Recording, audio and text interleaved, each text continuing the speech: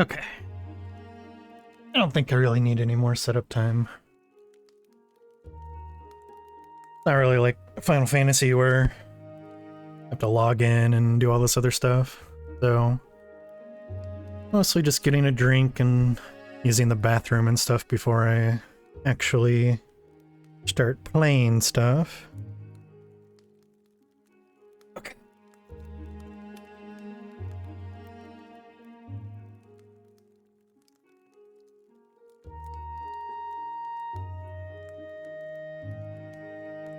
Now, I do have a Bella today for I don't know how much longer. I would put her on my lap, but she's already laying down, so I don't really want to disturb her.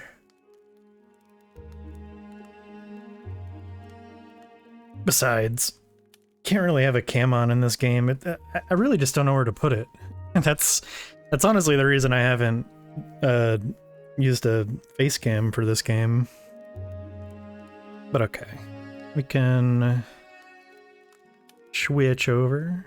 Oh yeah. So last time we managed to do 4 loops, unique stories. It looks like there's 24 total.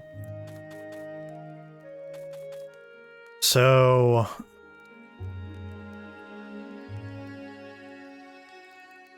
there's 24 stories. That means there's 24 combinations. But that should be...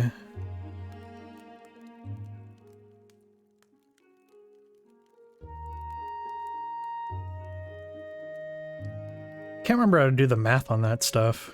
I think it's just like the square root, or maybe the cube root. One of the two.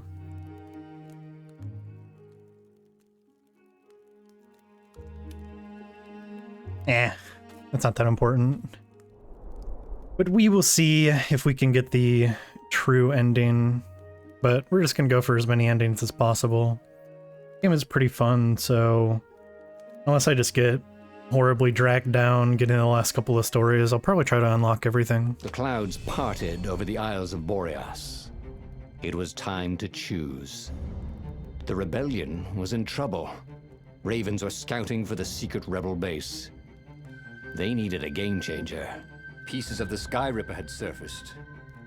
Renato knew that using it could go catastrophically wrong. But he was sure he could figure out how to use it safely. Also, a temple had risen out of empty desert. The Iblis stone was hidden there. It was a dangerous artifact. It could corrupt its user into a bloodthirsty monster. Maybe he could find a way to use it, to take its power without surrendering to its wickedness. And also, his old friend Lapino needed rescuing. Of course, Renato had a pretty strong suspicion that Lapino had betrayed the rebellion, and he had a gut feeling that he needed to use that to his advantage. So, if I had to guess by this key icon, this is kind of the direction they want to put us, but I'm actually gonna start the Sky Ripper, but not get the second piece. I'm really curious what goes down there. Yeah. Every child knew about the Sky Ripper. The Transcendent Emperor had buried its pieces deep. And then, this Emperor's horrific sacrifices had brought it back to the surface. Renato wasn't exactly sure how to use the legendary weapon. But surely, there must be some way to do it without provoking another catastrophe. Had he, somehow, summoned the long-lost components of the legendary weapon out of the deep places of the Earth? It was more than Renato could fathom. But if he could find a legendary weapon, he would use it.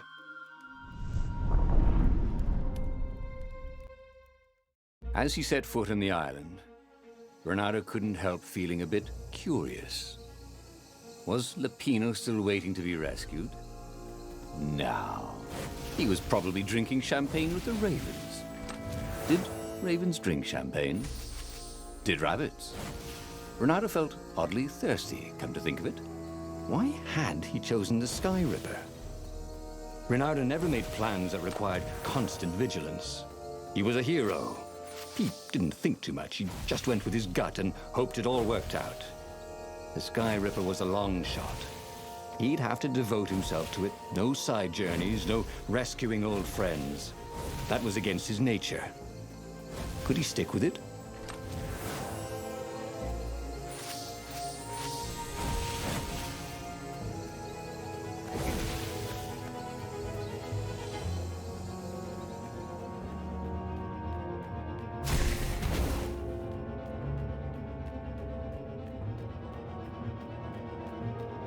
People had laughed at the government workbench placement program, but you could see the benefits everywhere.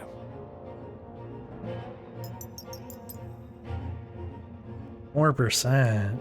Man. I was hoping like level 1 would be like 3%, level 2 would be like 6 or 7, and level 3 would be 10%. It's kinda whack. Kinda whack. I could probably just stick with what I have.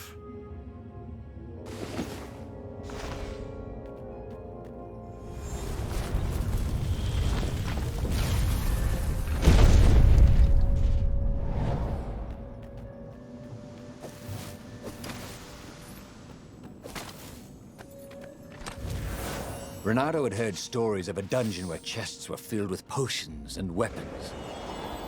Fairy tales.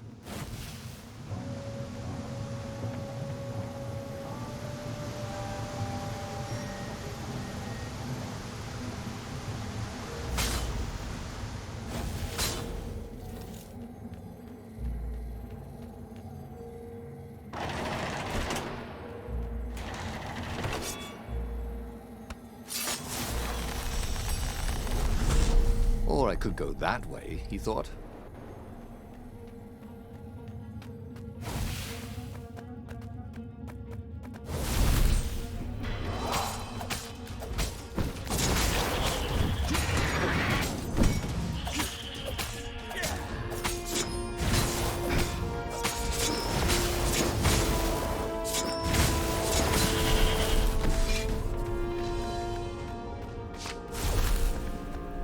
That had been his mistake before, not trusting Zenobia's feelings for him. But how could he have known, after all these years of silence? There was an engraving. Maximum capacity, 130 people.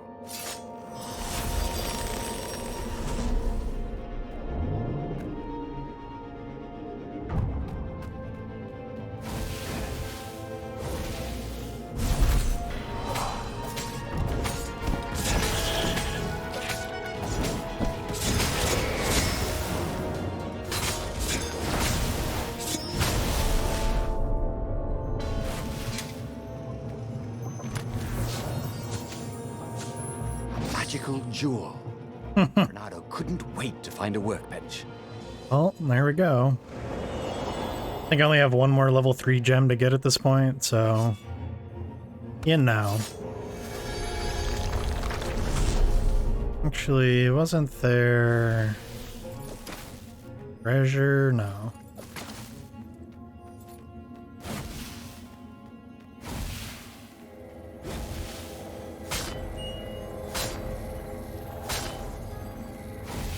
Anyone ever tell you have a lovely eye? No?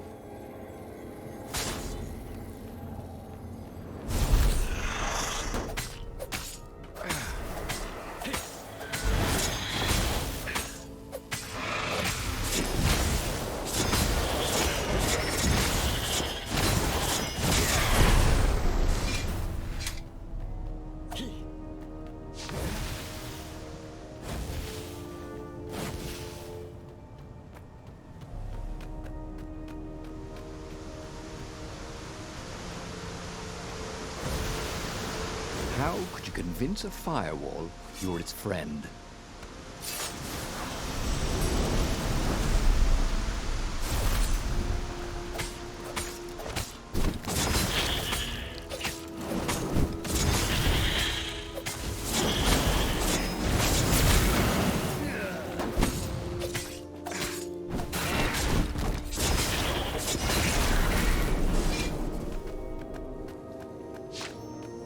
And this should be it. He could sense the jewel's power. He had a feeling they were going to be great friends.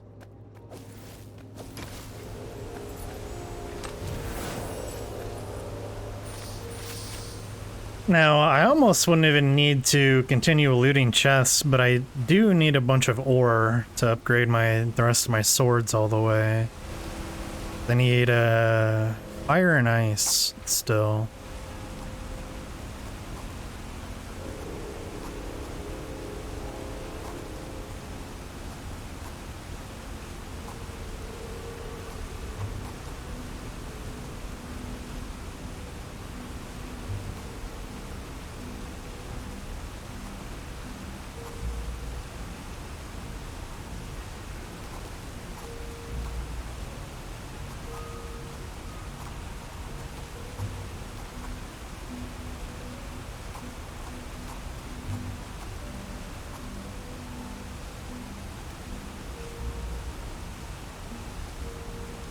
Oh, I have 3 skill points available. Okay.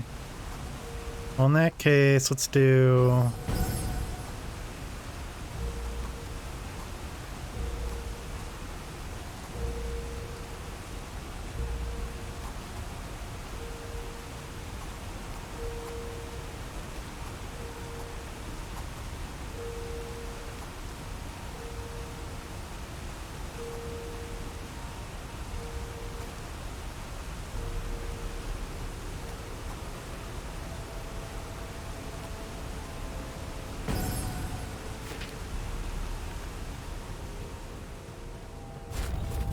There's that big old sword magic bar.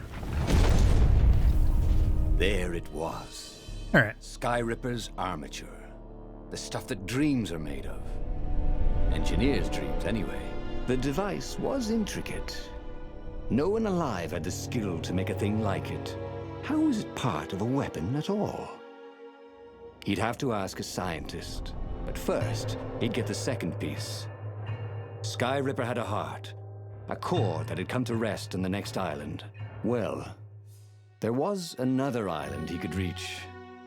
Zenobia had just invaded it with her father's Raven battalions. She must be encamped there still.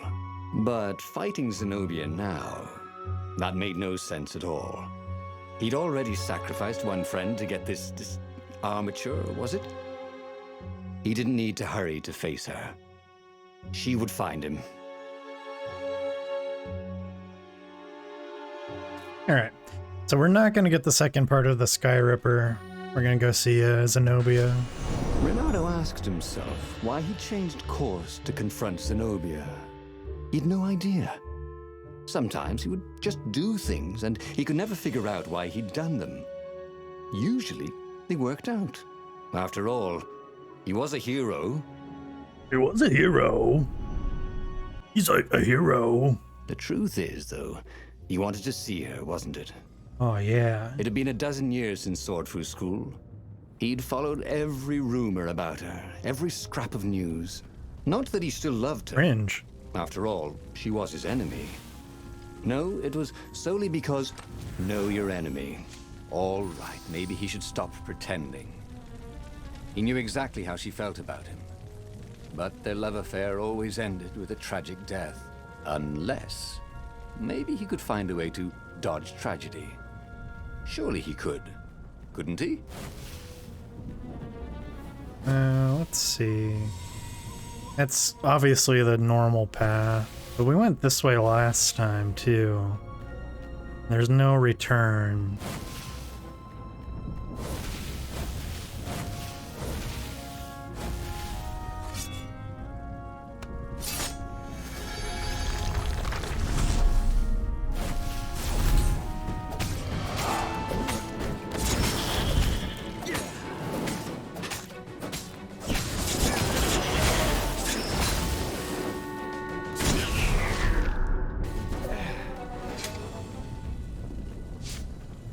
Oh, it's just a random chest, okay. This chest contained a Vorpal sword. I'm just kidding. Vorpal swords don't exist.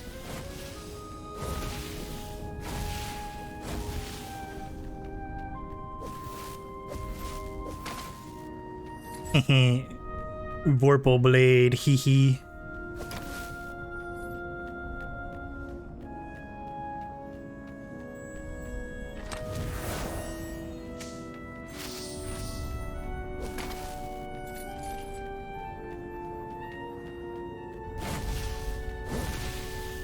Oh, you got such delicious looking eyeballs. Caught the lead, Raven. Thank you, I think, said Ronaldo. It never hurt to be polite.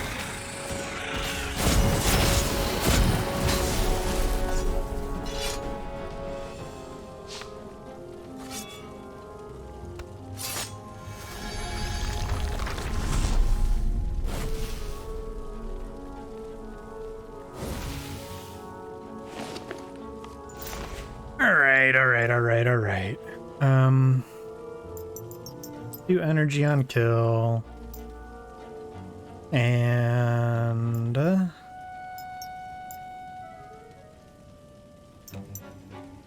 don't know, I'm probably just gonna leave the elemental resistance, obviously, honestly. Elemental is like the only thing in this game that really, like, kills me consistently. Alright, so I've got 2 at max level, and 2 at the first level. Might as well just do this. Damn, that's a lot of ore I'm still gonna need. More fire? Yes, please. Alright. Cool.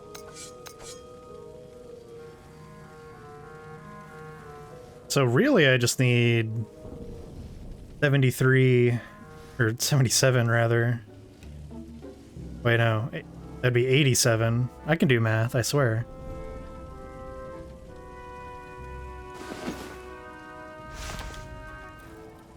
Well, that's cool.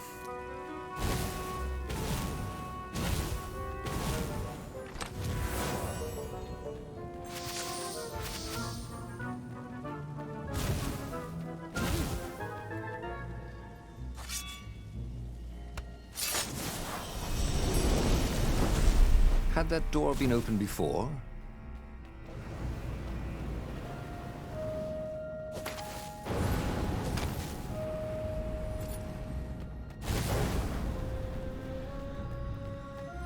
I should get nothing from this. Yeah. Kind of a shame.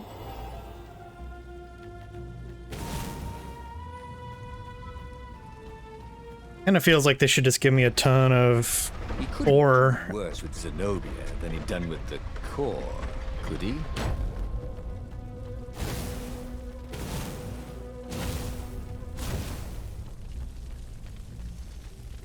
Like, this isn't gonna give me anything either.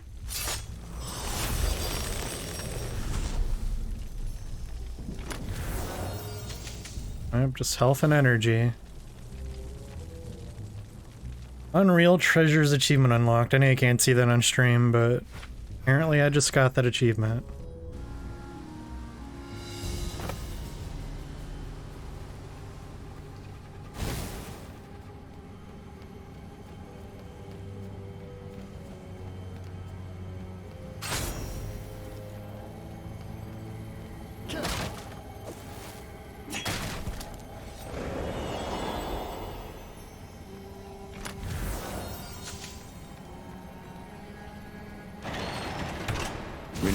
Wasn't entirely sure how he was going to capture Zenobia. She'd be expecting him. And he didn't have Lapino to cook up a clever plan. Why was it again that he hadn't got the core? Maybe because the results tended to be disastrous. These streets were familiar. The Swordful School was closed now, but he had been down that street 1,000 times. He knew that pub. He knew that alley. He knew the alley behind it much too well. No wonder Zenobia had chosen to invade this island herself.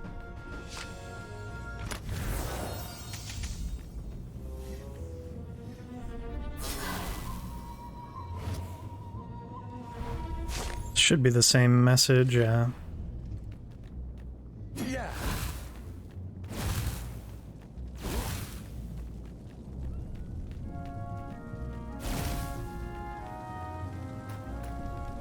Hey, is that a native word for a lot of ravens. Like a doofus of ravens?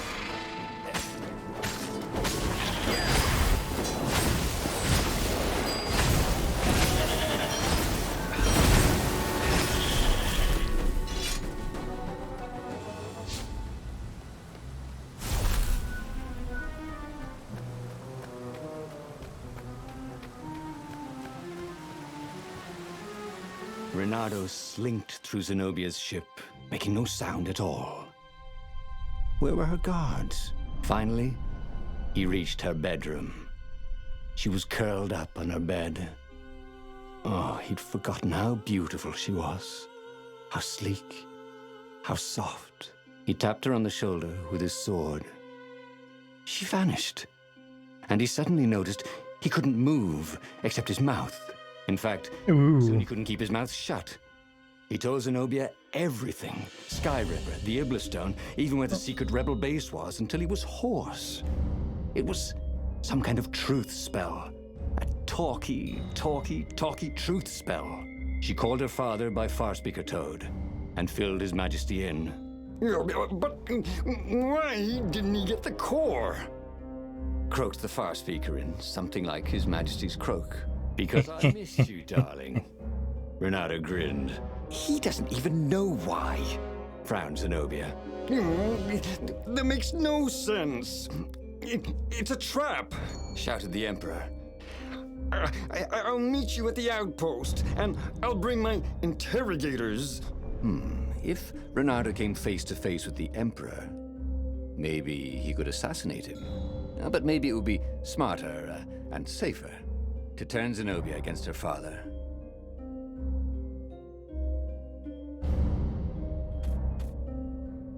This has an exclamation. I haven't done this at all. I kind of want to do that.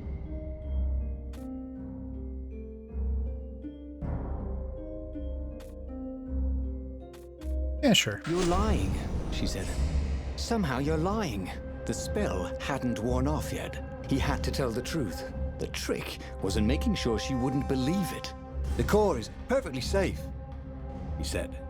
And he tried his hardest to sound sincere. So is the Iblistone. In fact, I was trying to get them myself. Fine then, interrogators it is, she said angrily. I gave you a chance.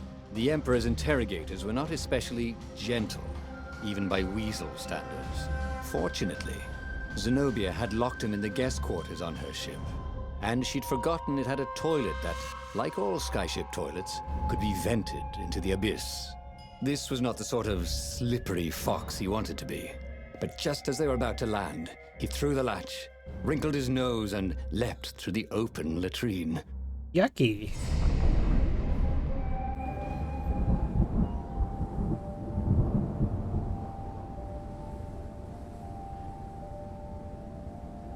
It was a short, safe landing. At least this part of the Nexus hadn't changed too much. Zenobia had been taking him to the Imperial outpost. She'd never expect him to go there by himself. Well, maybe she would. You never knew with her.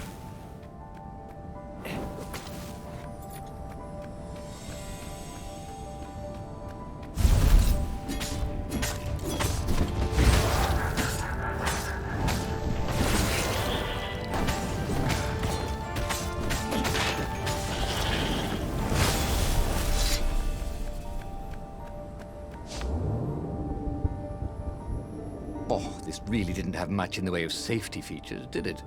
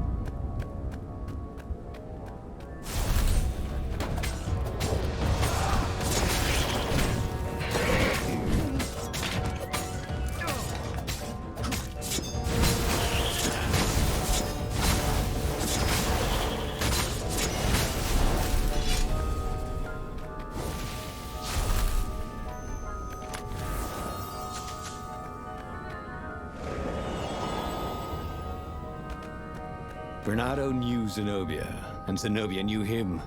She'd suspected a trick. Now he'd vanished.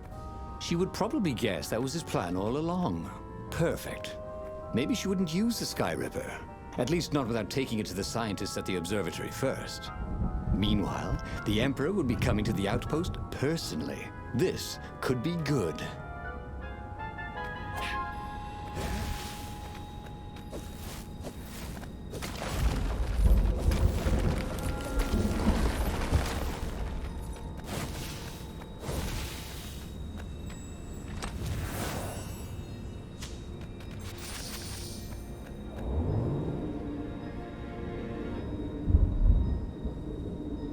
Giving the Emperor all of the rebellion's secrets hadn't been quite the disaster he'd thought.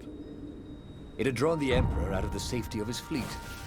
Bernardo could sneak into the outpost, and in a few sword strokes, he could win the war. But the Emperor would be surrounded by his elite guard.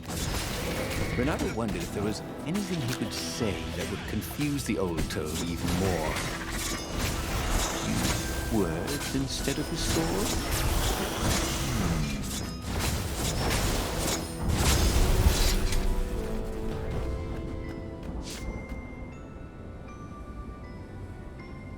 There he is. Bernardo was face to face with the Emperor's bodyguard. They looked very tough, but the Emperor held them back. Oh, where's my daughter? And how would I know that? Bernardo grinned at him. She lured me here so that you could kill me, didn't she? Ah, don't be ridiculous, said Bernardo, trying his best to sound convincing. She loves you. Oh, I knew it. The rabbit told me I couldn't trust her. The Emperor hopped out the door. His phalanx of bodyguards retreated carefully. Bernardo heard someone call, "Arrest her!" as they left. Well, that's a job well done, thought Bernardo. Now the fleet would be in all sorts of disarray. But maybe he could find her in the mountains. She always used to go to the mountains to hide from the world. Maybe he could even turn her against her father. Or maybe he could reap the benefits of the chaos he had sown. It was time to report to the Rebel Council, and then launch the attack on a divided and very confused Imperial fleet.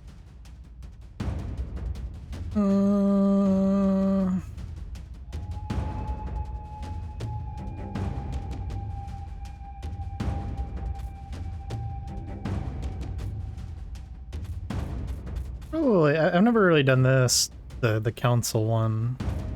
I think I might do it.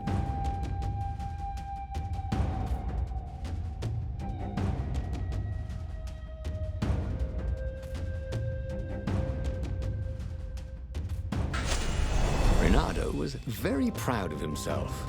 He told the Empire everything, but now they didn't believe anything, and it looked like the Emperor didn't trust his daughter anymore either. There were some advantages to having a slippery reputation, weren't there?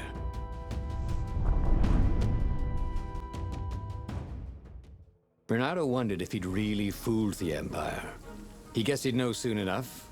If the skies darkened with 1,000 dropships, then he'd know the Empire believed his map of the rebel base's secret location. They certainly seemed to be looking for it. There were ravens everywhere. But where weren't there ravens these days? So I don't think I've done this map, like, at all. Which would make sense.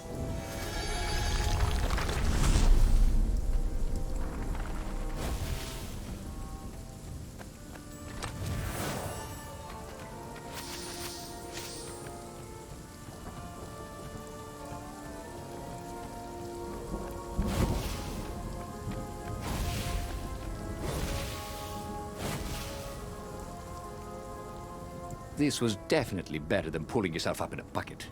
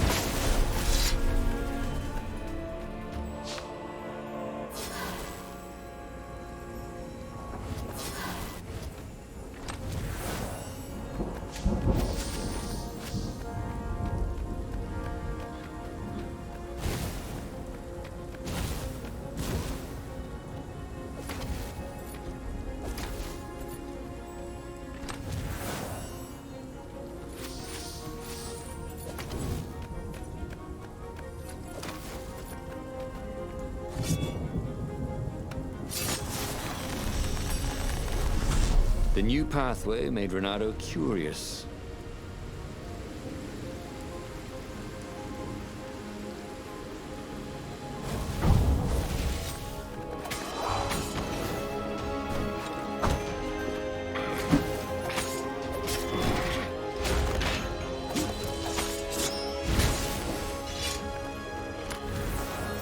Okay. Just 2 enemies, got it.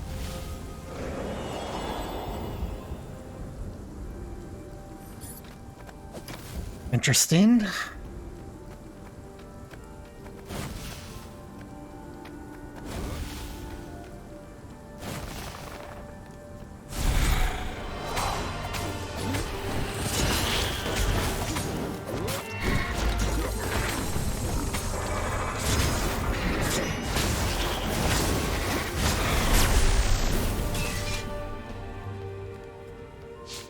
See? It was actually very fine weather, except for the occasional shower of ravens. And no one was burning the ruins down with the mighty power of a god's eye. If the Empire believed anything he'd said, they certainly weren't showing it.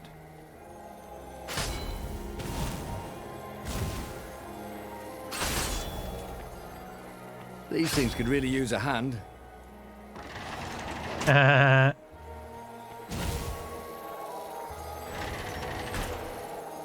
Oh.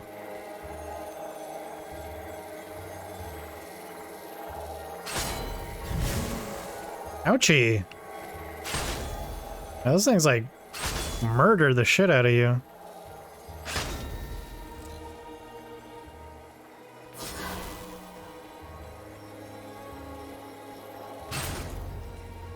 As for the gate, well, he could take her or leave her.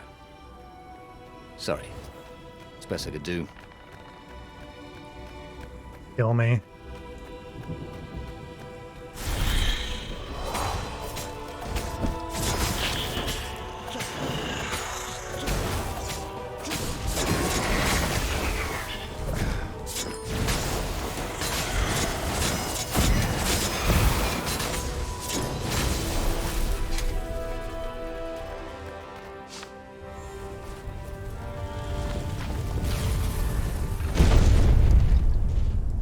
What is this?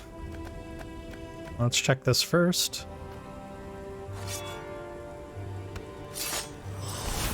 Yeah, I don't know. The energy on Kill Thing is like ridiculously underwhelming. Looks like I'm passively regaining energy though. Which is interesting.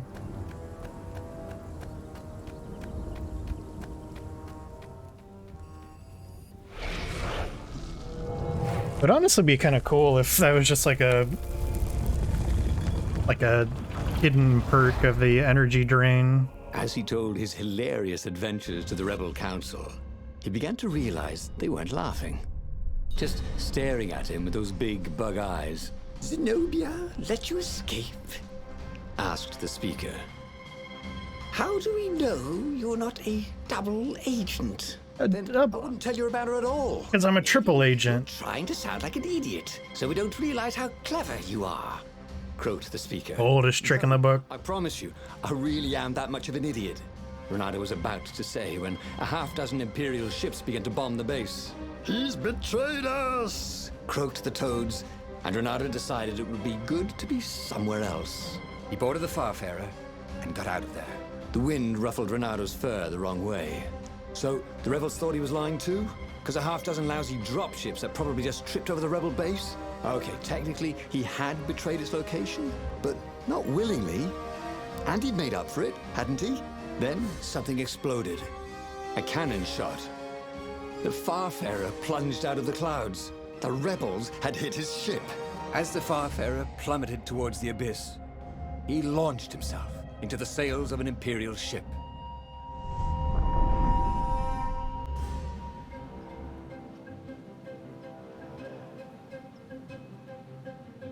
The Farfarer was gone. It had been a beautiful ship. And fast. It could do the Kestrel run in 12 furlongs. Or so the salesman had told him. He would show them.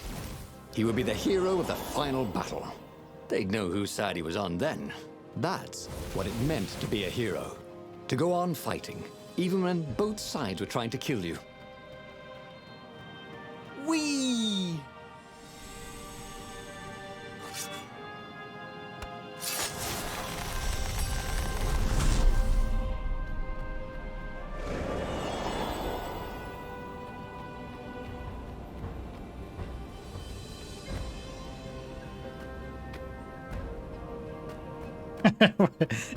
Why? I don't know why it keeps triggering that, but it's really funny to me. Things happen after I spin. Yeah, bro. Yeah.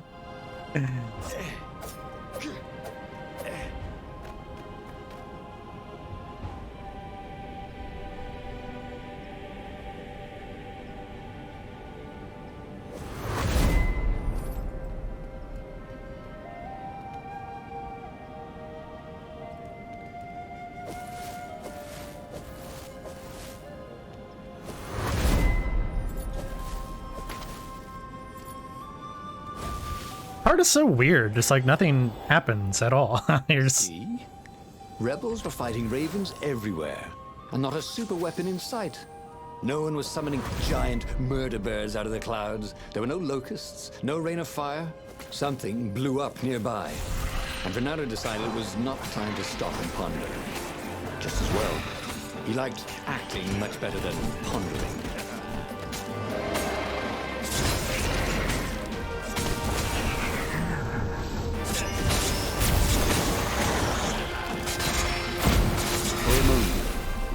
Wish that somebody had been watching.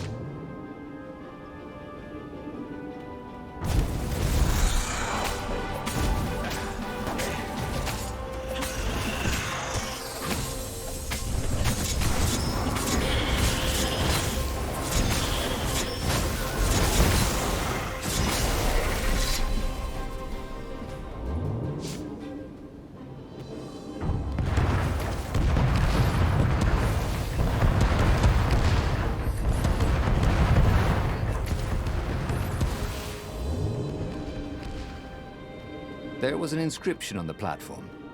Balaleka lessons, with an address.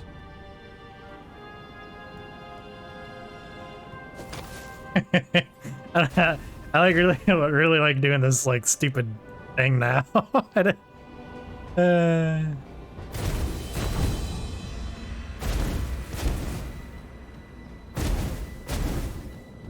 So if I had to guess,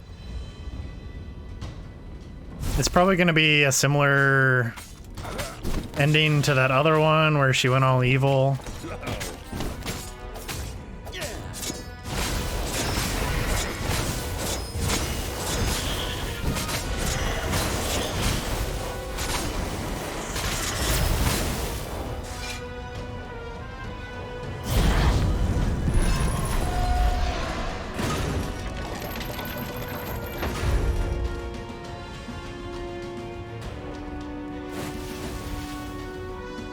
Finally, Renato reached the Emperor's ship, and there he saw a strange sight. Oh, okay. Zenobia being led in shackles by Lapino with a squad of ravens. What? Lapino was working with the ravens? Was he some sort of traitor? Of course, Lapino was working with the ravens. But the Emperor still thought Zenobia was a traitor? Renato felt oddly bad about that. Should he run down there and rescue her? Oh, but she was the enemy. Then he heard a whistling sound. He looked straight up and saw a rebel ship. It was dropping rather large bombs. One of them kept getting bigger as it fell. Huh? Oh. Oh. Seriously? Again? What an ending. But he already had all the secrets he needed. He was sure of that. He must have not used them the right way. What was the best, worst mistake he could make? Probably trusting that traitor Lapino. Alright. The book's pages fluttered to the beginning once again. Faster than before? And he fell. The clouds parted over the Isles of Boreas. It was time to choose. The rebellion was in trouble. Ravens were scouting for the secret rebel base. They needed a game changer. Pieces of the Sky Ripper had surfaced. Renato knew that using it could go catastrophically wrong. But he was sure he could figure out how to use it safely. Also, a temple had risen out of empty desert. The Iblis stone was hidden there. It was a dangerous artifact. It could corrupt its user into a bloodthirsty monster. Maybe he could find a way to use it, to take its power without surrendering to its wickedness. And also, his old friend Lapino needed rescuing. Of course, Renato had a pretty strong suspicion that Lapino had betrayed the rebellion, and he had a gut feeling that he needed to use that to his advantage. Okay, let's go with the Renato finally path that they seem to be forcing me Lapino down, was a traitor to the cause, or and maybe nudging me Renato could down. use that somehow.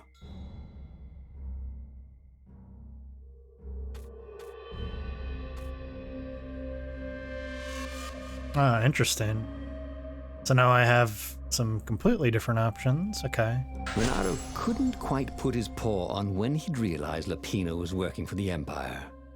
He'd never exactly seen Lapino sending coded messages to the palace, but he was sure. The rabbit had been on too many disastrous missions where he was the only survivor, or where he accidentally missed getting on the boat that went down to the abyss in flames. If Renato could prevent Lapino from getting back to the fleet with all the intelligence he'd probably gathered, it might be worth the trip. How had they come to this? They'd been on so many adventures together. Lapino had talked Renato out of prison at least 4 times, and Renato had rescued Lapino from at least 2 lynch mobs.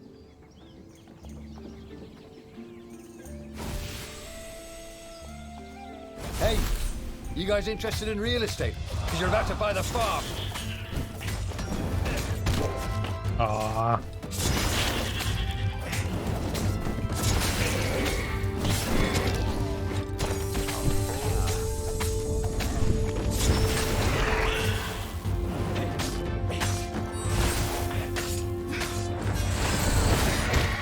Oh, come on. So you totally can do like the double counter, but it's like really, you really have to hit the right button.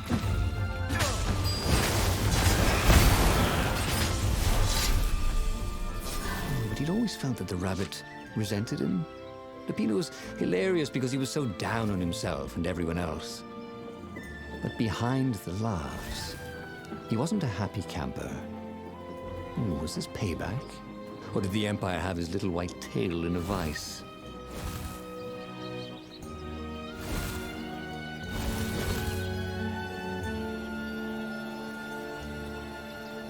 Renato was making himself dizzy. Fun!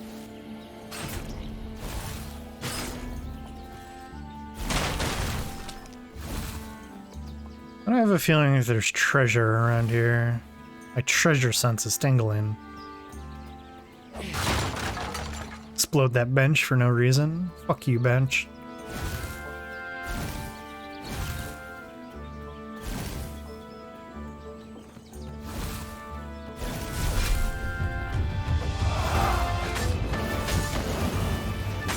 Oh, why? You fucker. Outsmarted me.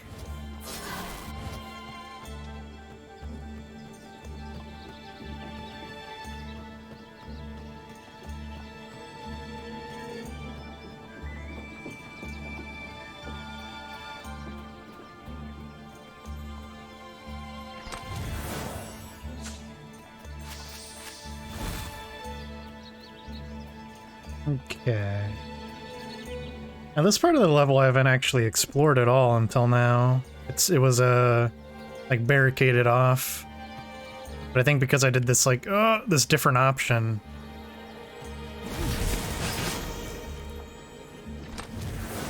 Ooh, sparkly, thought Renato. I really just wanted to see if I could do that. And I'm pretty sure I would have Got instantly vaporized if it weren't for that magic defense item I have, the gem.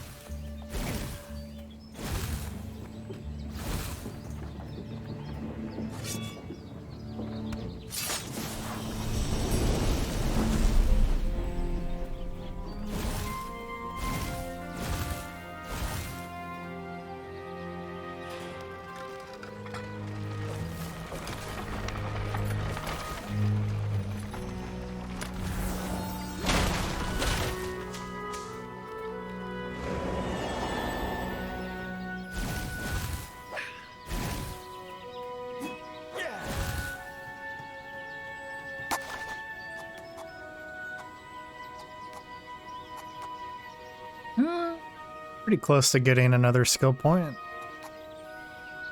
Maybe after this next little encounter. Oh, that's closed off now, okay. But I can go down this well.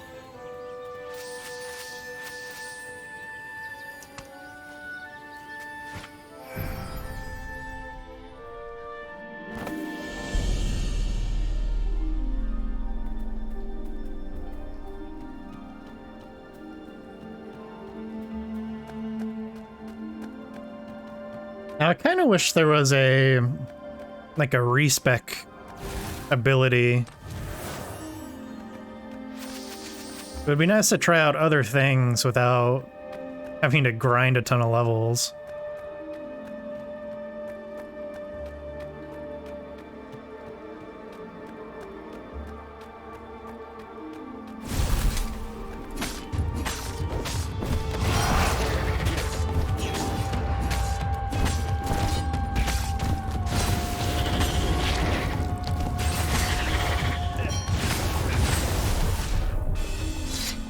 Not quite. Ravens were landing everywhere from dropships. He'd better get moving. If they got to Lapino first, the rabbit would give the Empire all the intelligence he'd been stealing from the rebellion, and they'd probably give him a medal. He'd have to be very careful about how he played Lapino. At the slightest hint of danger, the mad rabbit would take off like a rabbit. I don't think I've read this yet. Dear Zenobia, how are you enjoying the academy? New friends must already be flocking around you, no doubt. Here in the palace, things are the same. I have much time to dedicate to my special hobby. I've been collaborating with Professor Calaveras and his team of experts to investigate the nature of the islands. My gut is telling me that the islands are alive. I think they have a will of their own. Do you hear me, daughter? Our world could be more than floating masses of rock and water. Professor Calaveras and his boys have made measurements. The islands are drifting. Surrounded by the endless sky, it is difficult to notice, but through careful measurements of the wind over long periods of time, they are certain the islands are moving westward. But where to? It may take centuries, millennia to reach the destination. I have this strange idea. What if the islands are some sort of herd and that they are deliberately searching for another herd of islands? Can you imagine new islands with their own inhabitants? The thought that we may not be alone. If only I could live long enough to witness the event.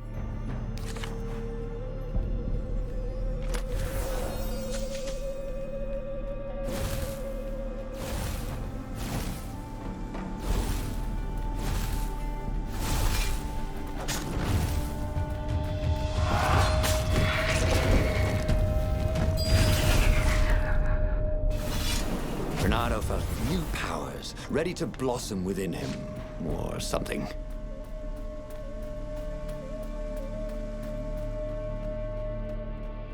Sup, dude? Bloody and exhausted, Renato finally reached Lapino. The rabbit was practicing shuffling his favorite deck. Now that he knew what the rabbit was, there were a few things about him that Renato didn't find so amusing anymore. You sent me an urgent message saying that you're in danger. Oh, I am. The Ravens are coming. Now, I got a clever plan to kidnap Zenobia. Renato wanted to clap shackles on the rabbit and shout, "You're a traitor, and I'm not falling for it." But if there was one thing Renato was sure of, it was that the core of the Sky River was dangerous mostly to its user. If he could put it in the Emperor's hands, old Isengrim III might blow himself and his fleet up with it. Yes, that was it.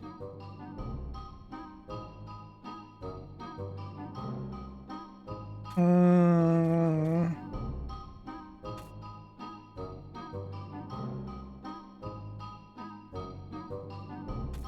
Let's have him go get the core. Renato felt like a real hero, brave and smart.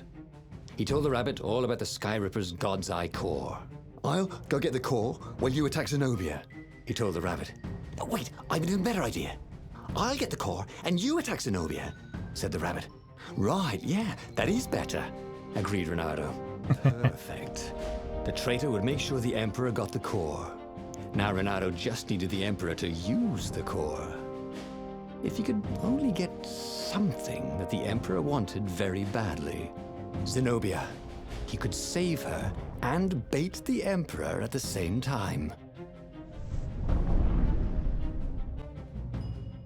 Right. Now, all Renato had to do was fight his way through Zenobia's invading troops, sneak onto her ship and into her bedroom, and kidnap her without any of her dozens of guards alerting her. Then, he would rely on her love for him to convince her how evil her father was, so she'd run away with him instead of going back to her father, who was going to blow himself up. It did sound a little risky. But Renato had a feeling it would work out somehow. It always did.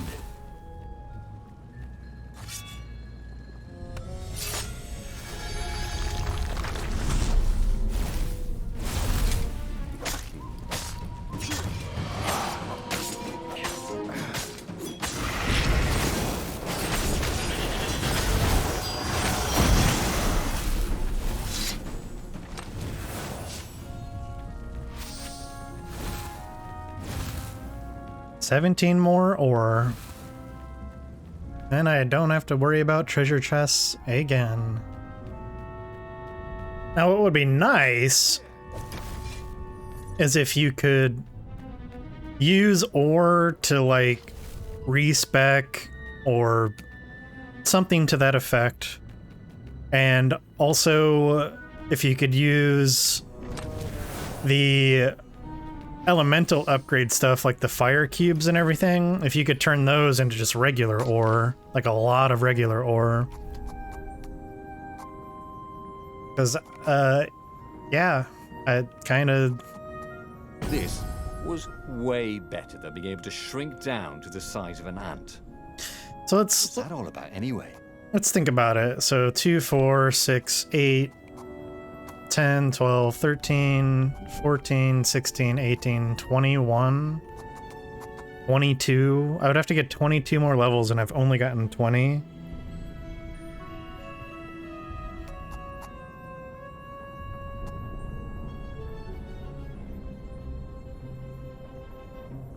Actually, it would be 24, wouldn't it? I don't remember if I counted the dash through enemies. But yeah, it's unless I start getting a lot of free skill points for doing the stories, I don't... That's just such a grind. It's for shit that like really doesn't change the game, which is what's kind of annoying.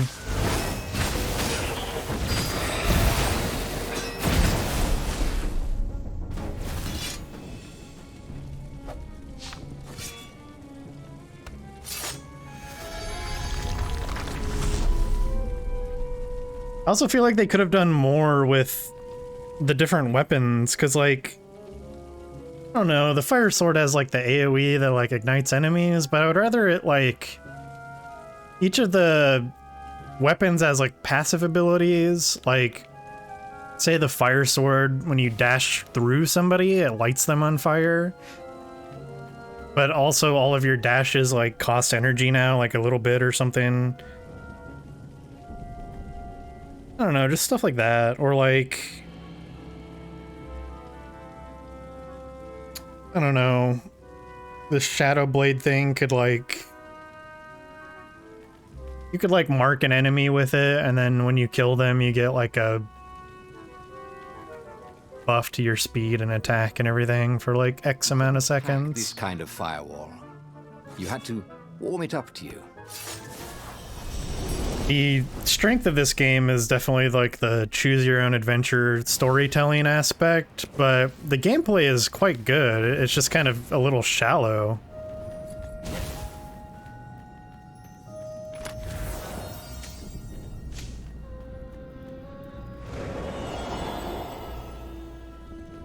Like, it's kind of lame, honestly, that...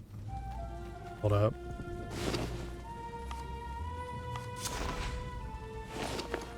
It's kind of lame that the swords are basically just used to open doors. Like, they're just big keys.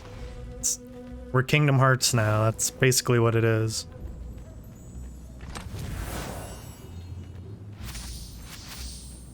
Almost there. And more.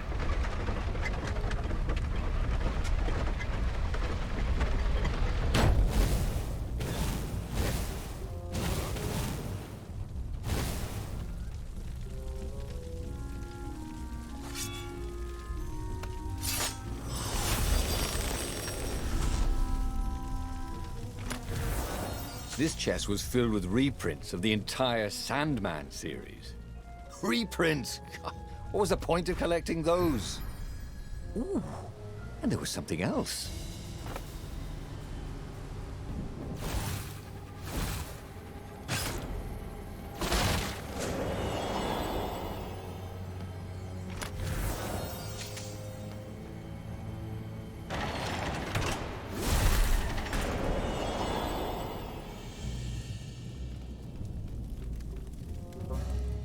Renato was halfway to Zenobia's encampment when Lapino showed up. He was disheveled and distraught. They jumped us. I barely got away. Oh, they got the core. Ooh, it was all going according to plan, thought Renato. Now he just needed Zenobia on his side. Yes, that was even better. The Iblis Stone. Zenobia could get it. And then the Emperor would have to pursue them. Wait. No. The gem would corrupt anyone. Even her. That's it, he thought.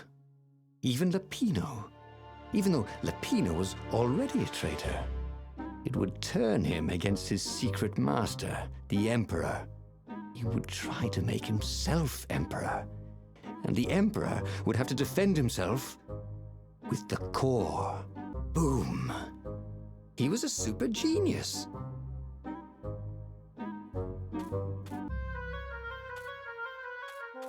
Yeah, let's do it. This is terrible, Renato told the rabbit. If only I had gone for the Iblis Stone. But now it's lost in enemy territory. He handed Lapino a map. It gives the bearer so much power. We can only hope the Emperor never finds it. What was that? Said Lapino. I think someone's following us. I didn't hear anything. Rabbit ears. You go on ahead. I'll check it out.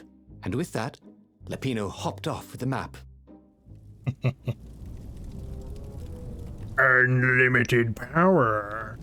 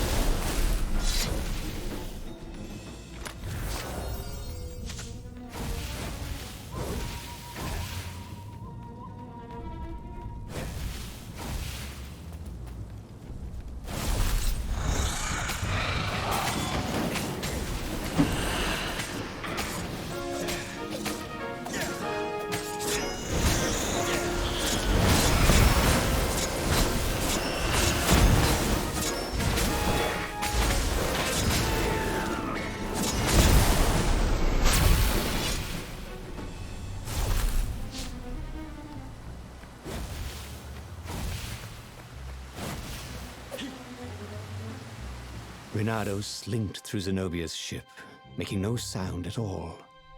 She was curled up on her bed. He'd forgotten how beautiful she was, how sleek, how soft. He tapped her on the shoulder with his sword. Then he, And he noticed he had a very solid blade to his throat. Ooh. Did you really think you could capture me? Heard a familiar voice. I just wanted to chat, said Renato. Did you ever wonder why the Emperor adopted you? He needs a sacrifice Someone who truly loves him, to make a bargain with the lost gods. That's a vicious lie. He wants to bring them back. No, that's crazy. Why would anyone... They could make him immortal. An eater of souls. And with that, her eyes widened. She understood. Renato told her how he had rescued a priest whose order had been massacred. How he had slept in a burnt village. At midnight, the Emperor's victims had come to him in his dreams to tell him of the hideous, eldritch rituals they'd been sacrificed in. He could still see those kittens and puppies. Their wide, sad eyes, their moist noses. You can't prove that. I've got a witness at the observatory.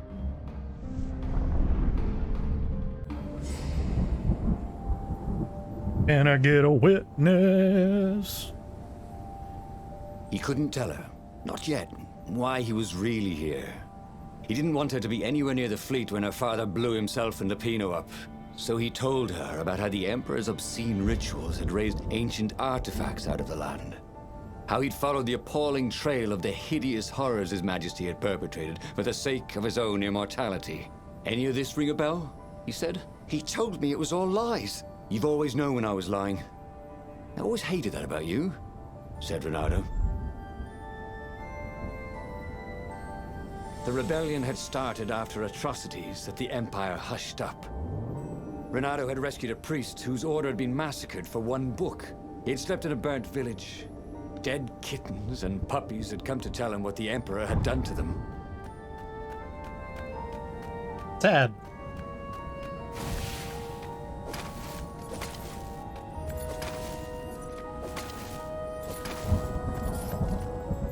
And now is this it? Are we gonna... Not quite.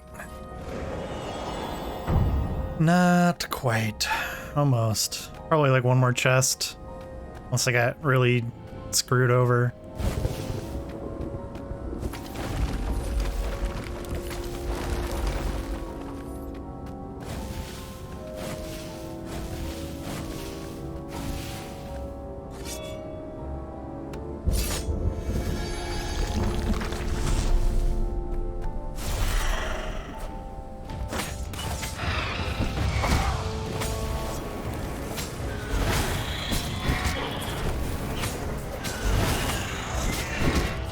Alright, I kind of hate when that happens.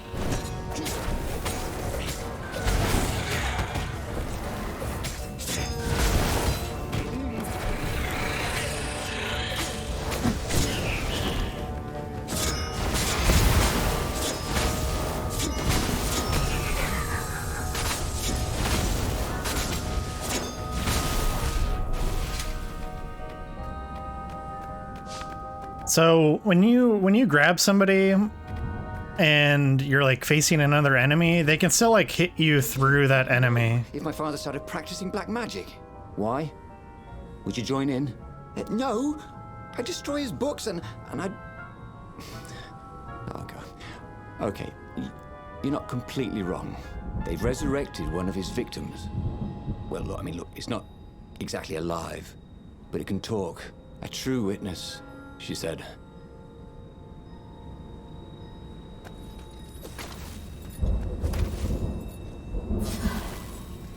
Oh, here we are. Open. Oh, there it is, the mother load. Crafting materials. Now all he needed was a crafting bench.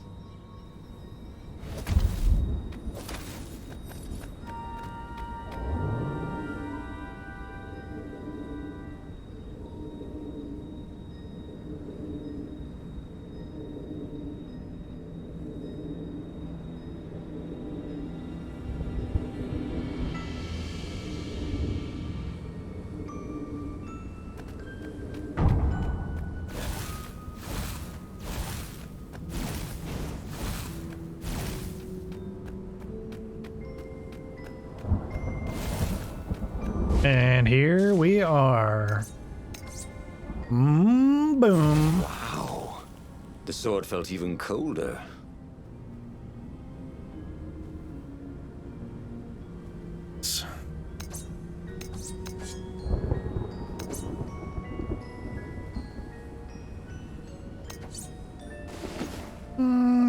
I'll try using the ice blade.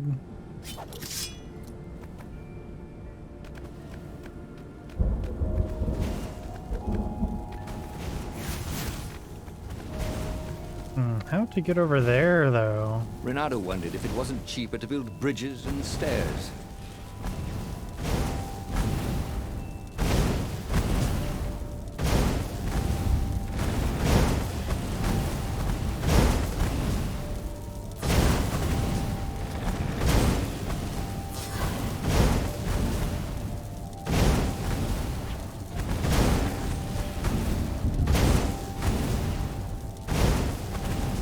I'm not a smart man, Jenny. Chill out.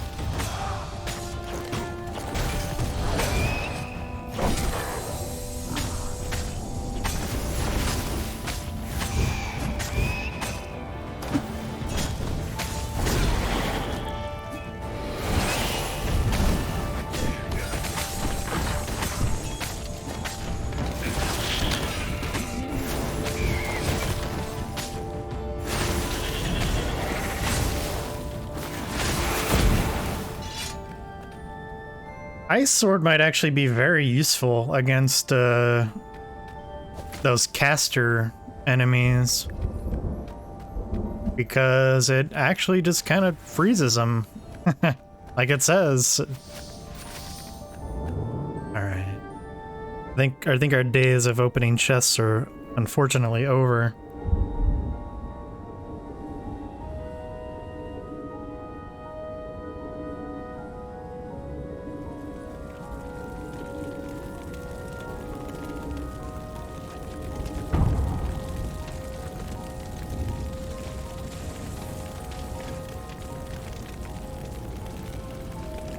The observatory was a burning hulk.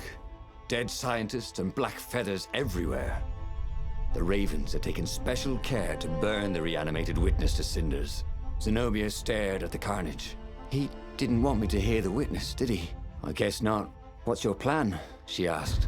So, Renato explained his brilliant gambit. Sending Lapino to get the Iblis Stone, become super powerful and corrupted, provoke the Emperor into using the core against him, thus blowing up both of them, and hopefully the fleet too. Let me visit your council, she said, shaken. I want to help. Could he really trust her?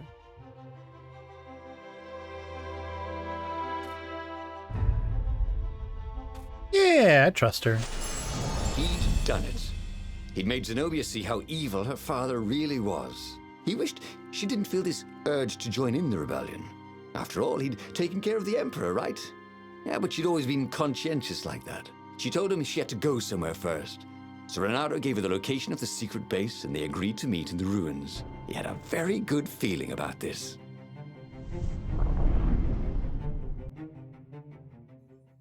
What had Zenobia gone off to do?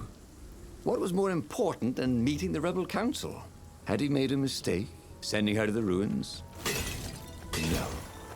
He knew they could trust each other. He could trust her because she never broke her word. And she could trust him because she could see right through him. Well, she'd probably be there well before him. She at least didn't have to fight her way through rainstorms of ravens.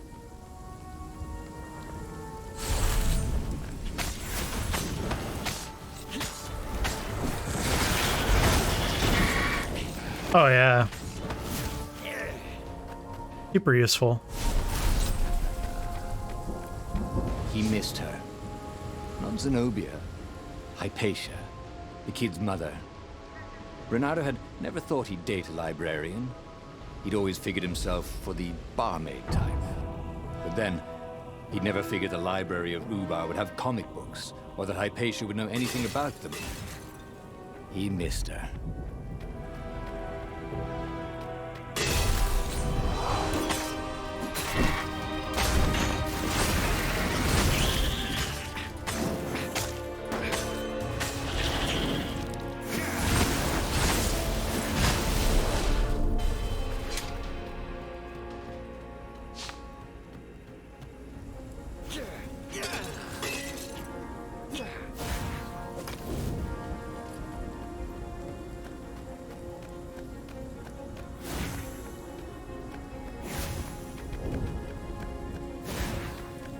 I don't think I went this way last time. Where does it go? Imagine getting a horse up in one of these things. It would be cursing a blue streak. Door? Implies that we're probably going to teleport back. We'll see though. Where does this go?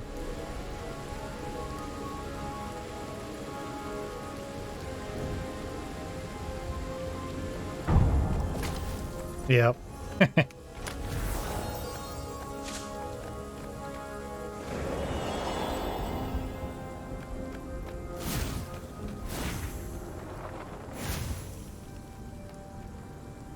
As he came around the bend, there was Lupino, unconscious on the side of the path. And Renato could smell a familiar, sweet, smoky scent. Who? Zenobia. It had to be. She never used a combat spell when she could use drowsy gas. That meant she had the Iblis Stone.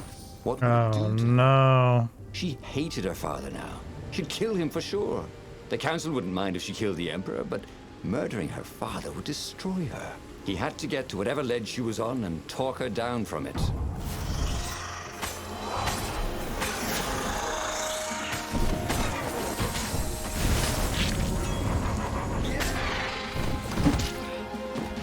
Oh yeah, cool platform.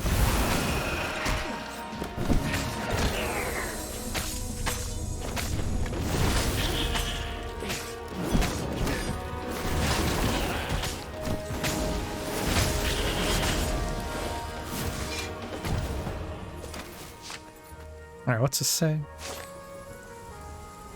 Punish, terrorize, humiliate. The masses have been raising their fists, led by a handful of nobles with too much ambition. Is it envy that the power that I seek is something they want for themselves? Are they just criminals who want to steal from us? There's but one punishment for such a crime: death. Make an example of the leaders. Execute anyone who dares following them. Or is it fear that the sacrifices I have been making would extend to them? Is this a war for survival? Show them the true meaning of fear. Strike them fast and strike them hard. Make them suffer. Burn everything they hold dear. Or is it pride that the meaning of those sacrifices would forever escape their comprehension? They want conclusion. As say in my decisions, this arrogance cannot be allowed.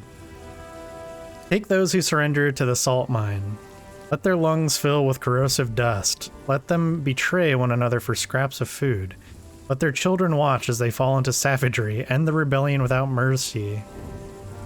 Nice, very fair and just leader.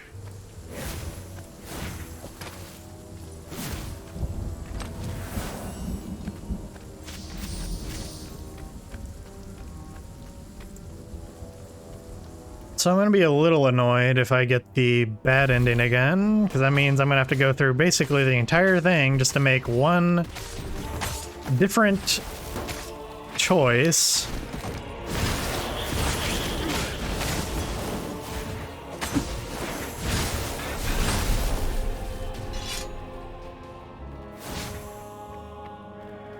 That'll be just great.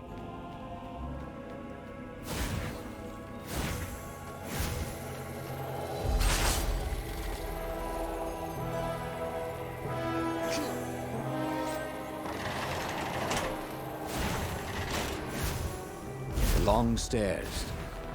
So he was close to the rebel base. Nothing was on fire.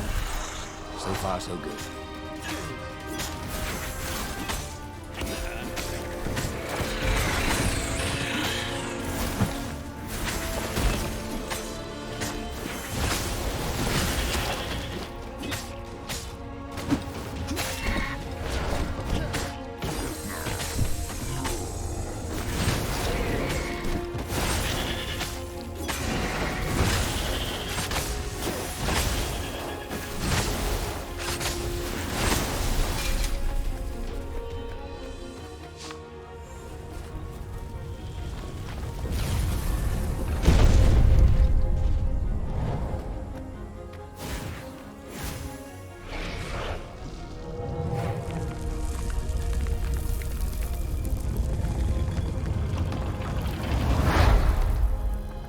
Everyone in the council chamber was dead.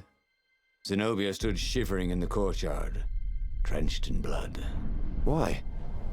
He managed. They started arguing with me. I lost my temper and I wanted their blood. Well, not me. The stone did. Why did you take it from Lupino? I had a plan. You had a stupid plan, she said. I'm going to go kill my father now. No, you can't. You'll just take his place. You'll become worse than him. Get out of my way, or I'll kill you too.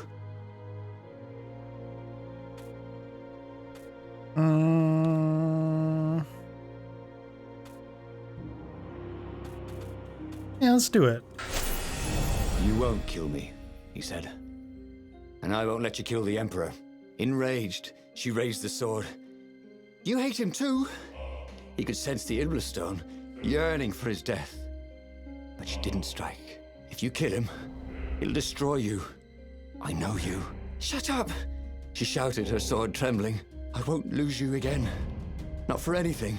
Get away from me, he said, and he was very close. I can't lose you again. And he was in reach of her sword now. I hate him! I hate you too! I love you, he said for the very first time. And then she was weeping. He was holding her. The sword had dropped from her hand. He glanced at the Iblis stone. It was no longer the black of the void. It looked like coal. No. It glowed, like a cinder. It was crackling, burning, crumbling into ashes. You've always loved me, haven't you? She said. She was weak. The stone had taken so much from her. Always, he said. She staggered as he helped her up. Let me take you away. Where? The island of Avalon. The sisters will heal you. He'll follow us. Then we need the Farfarer, the fastest ship in the Empire.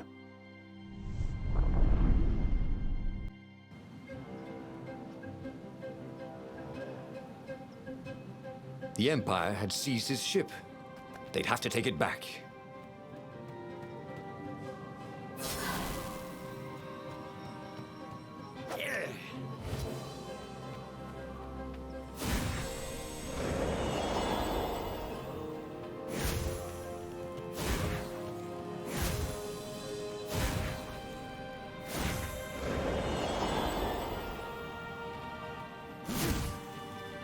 Sorry, mustache, thought Renato.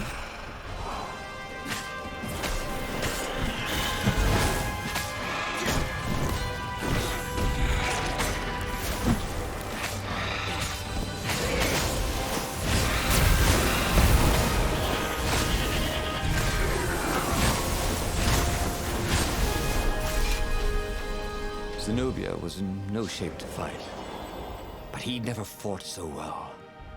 He wasn't fighting for money or loot or a cause. He was fighting for her, for them. His sword danced, his feet flew, and the ravens recoiled from his ferocity.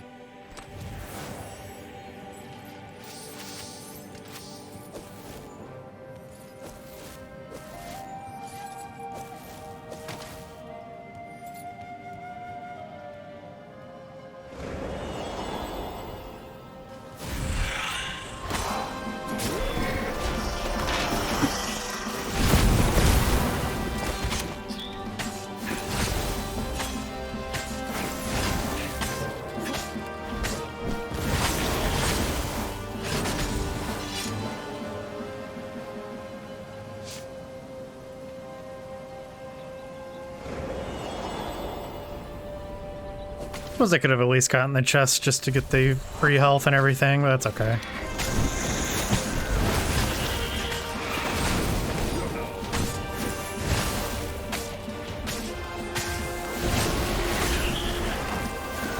Ravens didn't smell any better dead, Renato thought.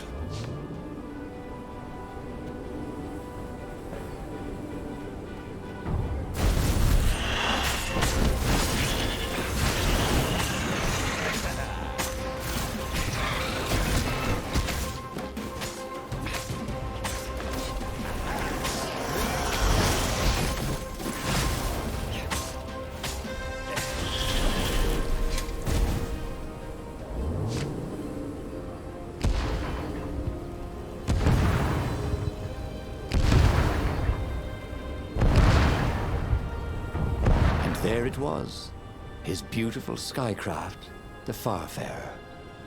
Though it fare very far indeed, beyond the Empire, beyond the reach of the Empire, to the mystical island of Avalon. He didn't know exactly where it was, but he knew he could find it. And they would find peace there. Second star on the right, and straight on till morning, laughed Zenobia. And they laughed together for the first time in a long time.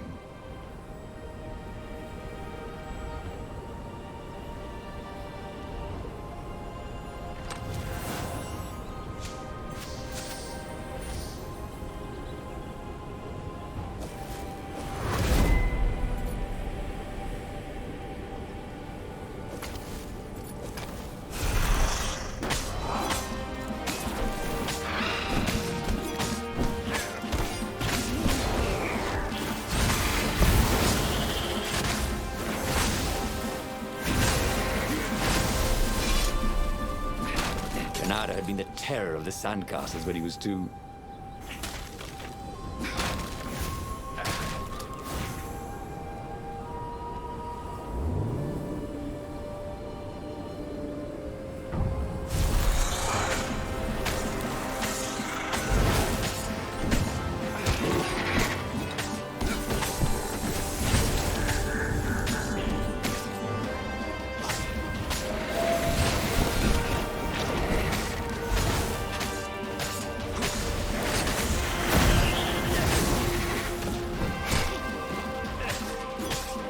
Okay, dude.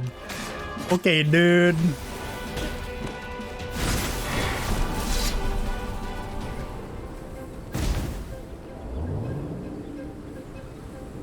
What did you do if one of these platforms stalled?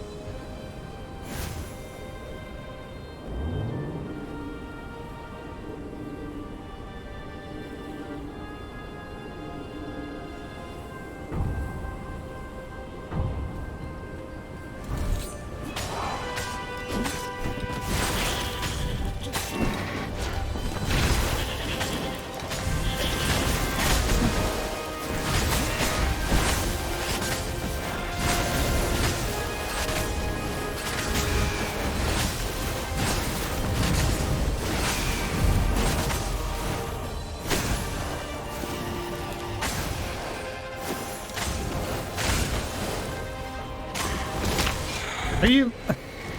I specifically waited to dash the other way and I still dashed that way. Oh my god. Stupid.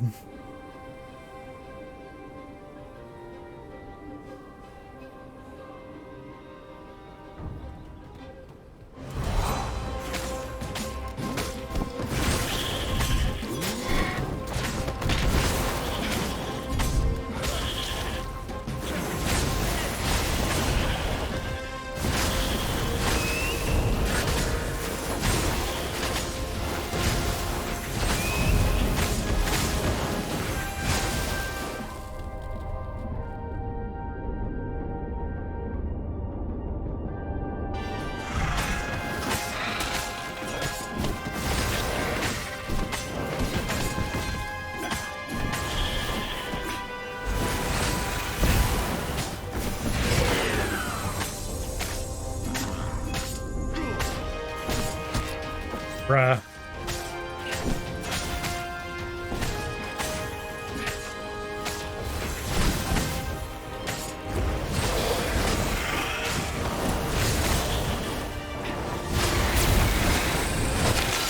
Bro, what? What? Bro, what? Hello? In what world do you not die? I have the one-hit fuck you combo ability active, and this motherfucker still took me out first.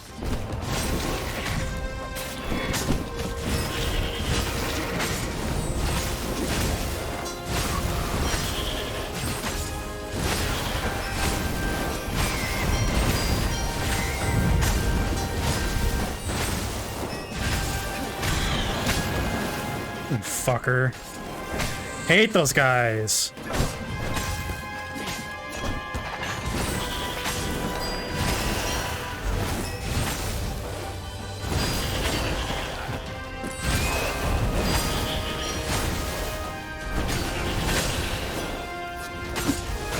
No.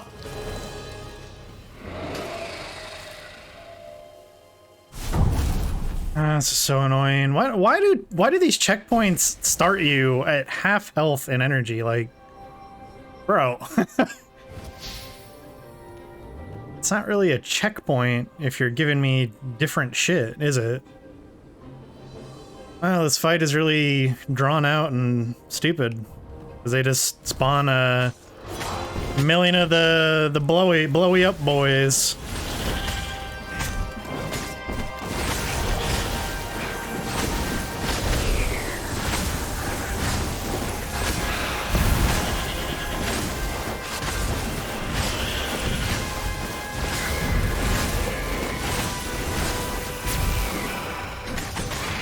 Cool. Like how my attacks just phased through that guy long enough for me to lose my combo.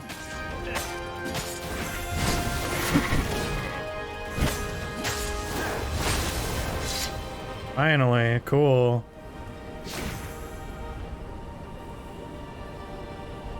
But they did not go unnoticed.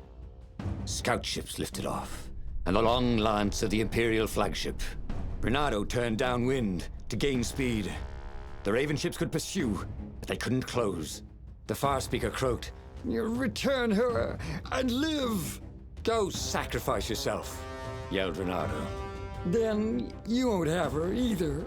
On the flagship, the Emperor was readying some arcane weapon. It couldn't be. It was the core.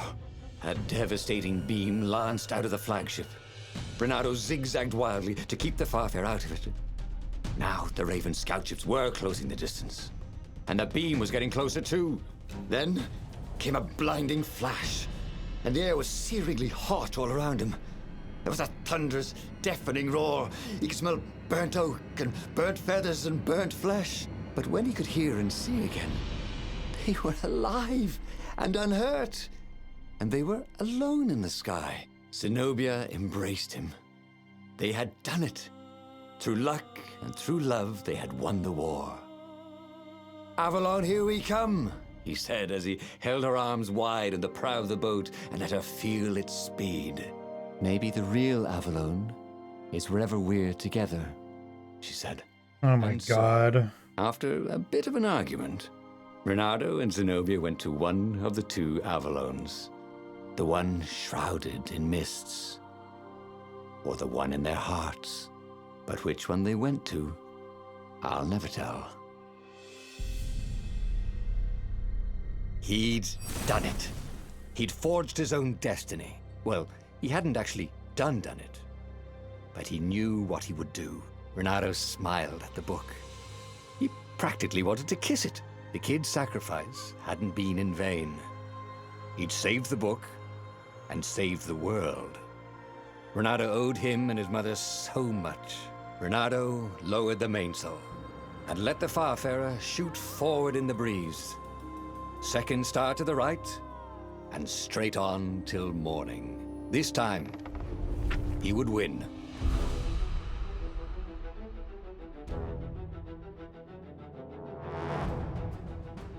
So they just I don't even know what happened. They destroyed themselves. All right.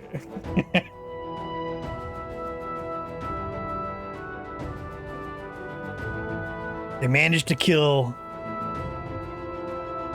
everyone but the people they were trying to kill with their super powerful doomsday weapon.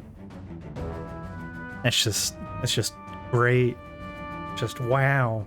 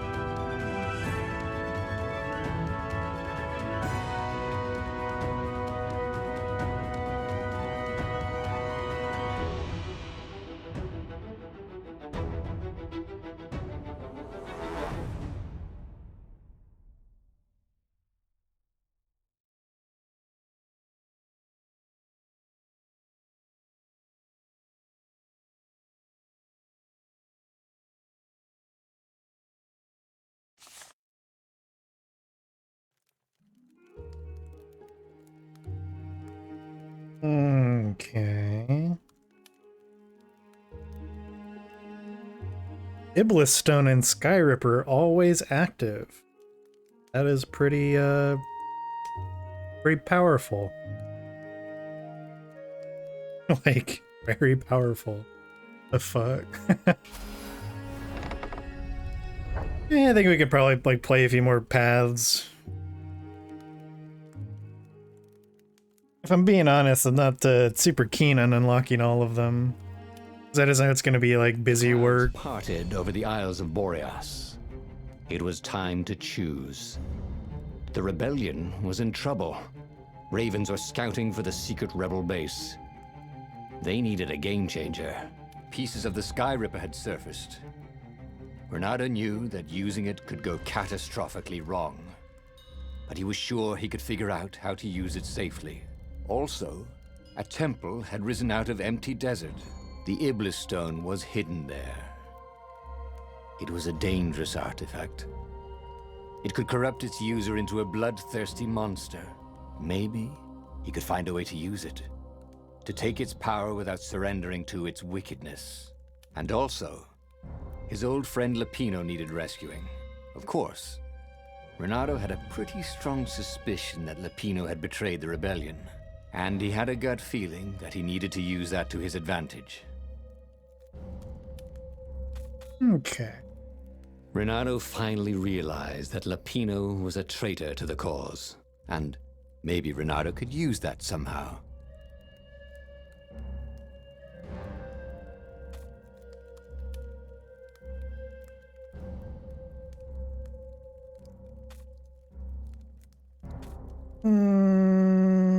Yeah, let's forgive him. Ah, Lapino. Apparently, the Mad Rabbit had sold a Pegasus that he did not exactly own. Lapino always wiggled out of trouble, given time. But he was out of time. Lapino's frantic message said that the Ravens were going to kill him for being a rebel spy. And that he had a clever plan. If the fleet reached him first, they'd string him up for that. Never mind the winged horse. Or so Lapino had told him over the far speaker anyway. The far speaker. Lapino had apparently managed to confuse the judge by arguing that he hadn't actually stolen a winged horse. He'd only sold it. But wait, where was the prison? The village was empty. Had everybody fled the Ravens?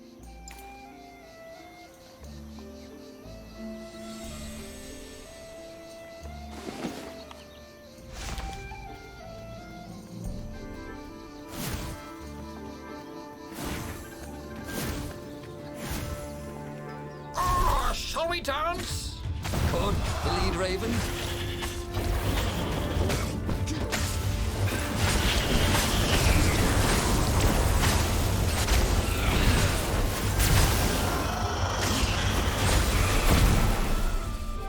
The Ravens had taken the town.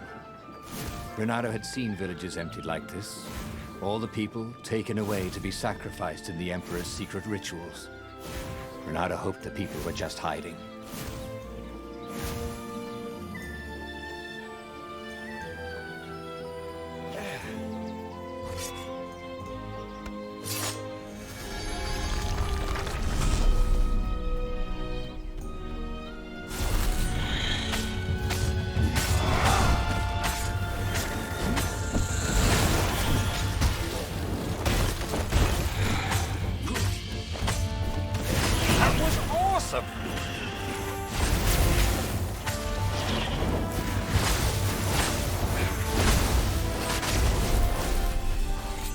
Ravens were landing everywhere. The advance guard. He'd better get moving. If they got to Lapino first, they'd eat him for breakfast. Or a snack. Ravens weren't picky. If they got hungry, they sometimes forgot to interrogate their prisoners. Even top spies like Lapino. Well, unless he really was a traitor, obviously. Then they'd probably pin a medal on his chest.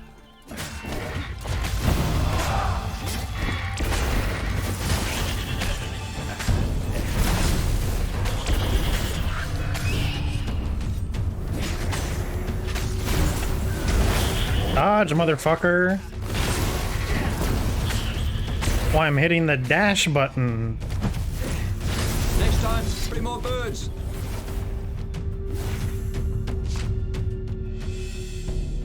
Lapino would betray him. But now Renato knew that. What would Lapino do if he knew that Lapino was going to betray him? Well, he'd concoct some crazy scheme, wouldn't he? That used Lapino's betrayal against him and it would blow up in his face. Yeah. Maybe he was overthinking this. Well, that would be a first.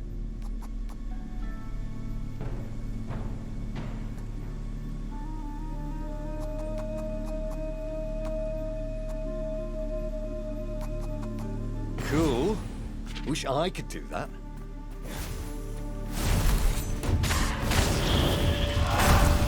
Ay, ay, ay.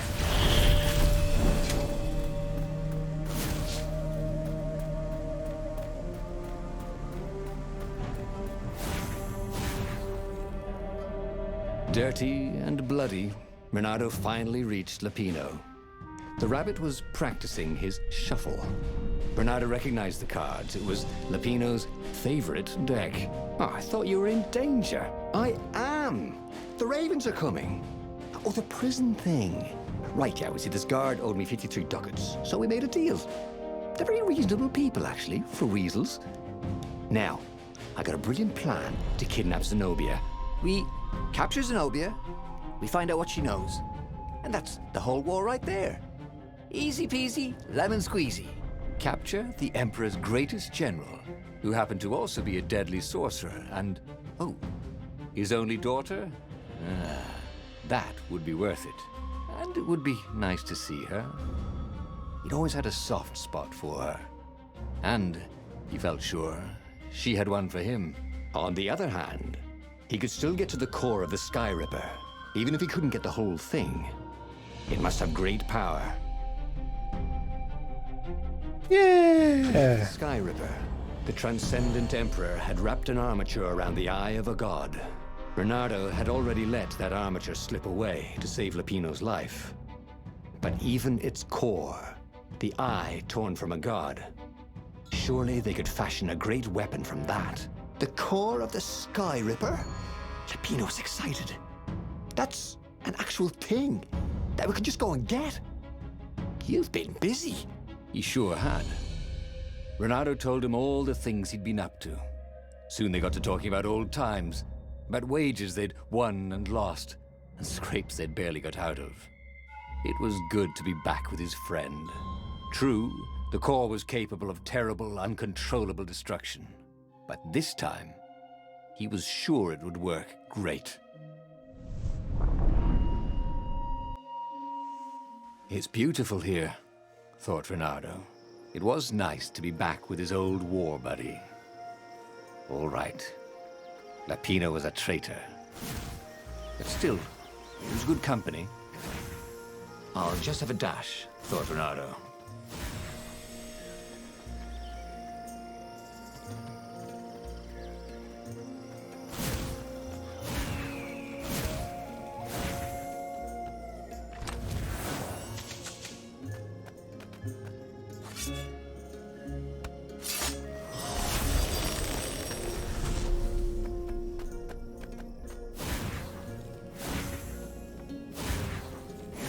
Ah, more journal.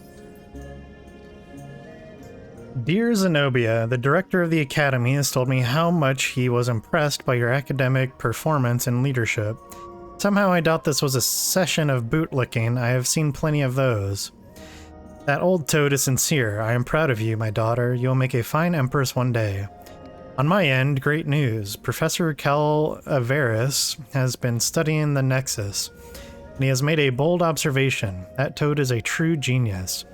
You know how that island is unique, constantly changing, new crystalline formations appearing, island fragments merging, splitting, slowly drifting, held together by some invisible threads. Professor Calaveras is convinced those changes are not random, but rather indicative of the living nature of the islands. He has observed that certain changes on the Nexus follow, or sometimes precede, a turbulence on another island. Landslide, quake, flood. The Nexus seems to resonate with those events. Maybe the islands are a hive mind and the Nexus is the brain? In any case, I am funding a permanent scientific observation on the Nexus. It will attract the Empire's greatest minds, with Professor Calaveras at the helm. I anticipate a great age of enlightenment for the Empire. Wrong.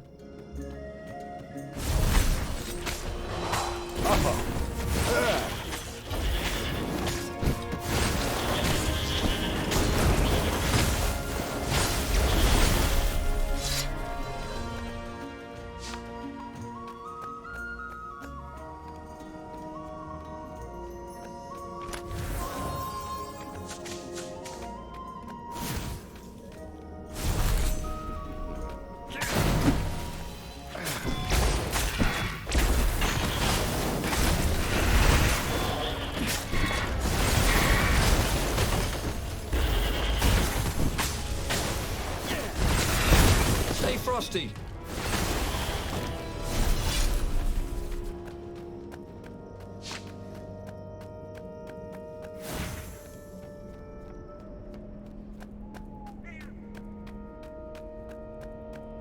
There was something sour in the air. Like the earth had ruptured over something that had been fermenting for a very long time. Sorry, that was me. You almost never saw wild gogglers together like this. The toads had to train them not to peck each other to death. So these had to be Imperial gogglers. Renato felt wrong all over. He could feel an almost palpable sickness in the air. And if the land could have tumors, they would look like these monstrous crystals. The forest was quieter than it had been. There were insects, but few birds, if you didn't count the ravens. Renato smelled sick animals and dying ones. No healthy ones. I'm getting a bad feeling about this, Renato thought. Maybe Lapina was right. Maybe they should have kidnapped Zenobia instead of coming here.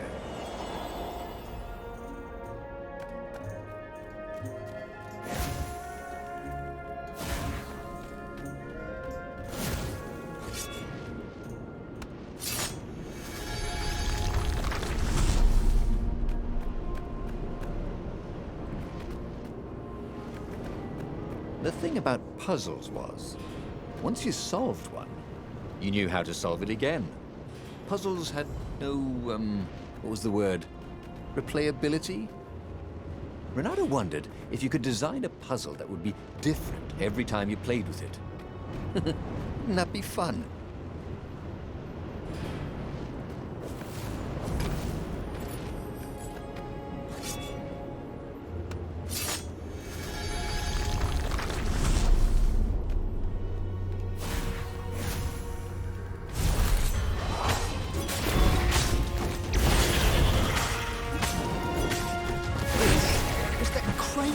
Weapon he'd ever used.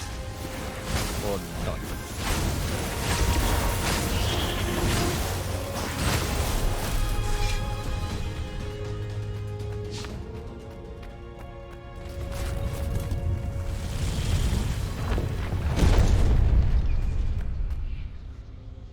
As he held the radiant icosahedron, Renato felt queasy. Like dozens of tiny worms were nibbling his insides. It wasn't healthy to be so close to the eye of a god. How could he use it? He could take it to the observatory. The scientists there could tell him how to harness its ancient power. But honestly, Renato ached to get away from it. He brought the core back with him to the Farfarer. But honestly, Renato ached to be rid of it. Tell you what, said Lapino. I'll take it to the observatory. You attack the Imperial outpost. The Imperial outpost was a vital communications node. Taking it could shatter the Empire's ability to coordinate. And it would be full of secret plans and maps and maybe even rebel prisoners. It was a good target for a hero like Renato. But what if Lapino lost the core to the Empire? That could be a good thing, couldn't it? Was Renato ready to take that risk? Maybe it was better if he brought the core to the scientists himself.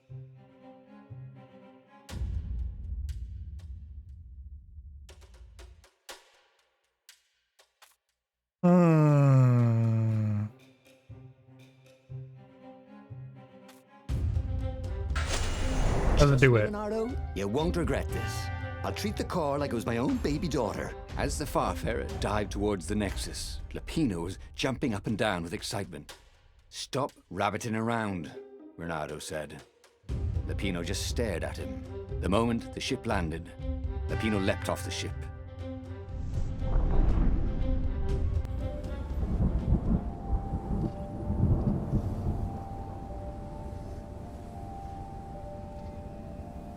As Lapino vanished into the wilds of the Nexus, Renato vaguely remembered Lapino had a baby daughter, didn't he?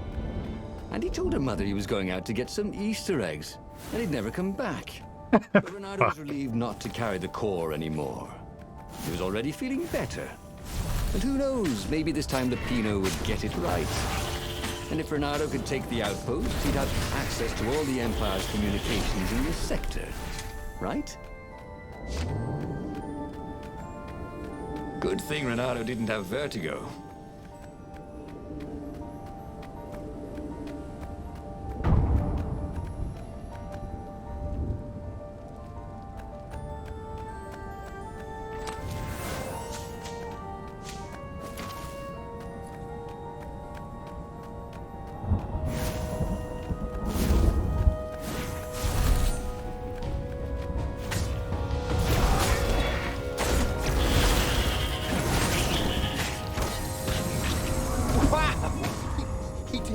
To aim it.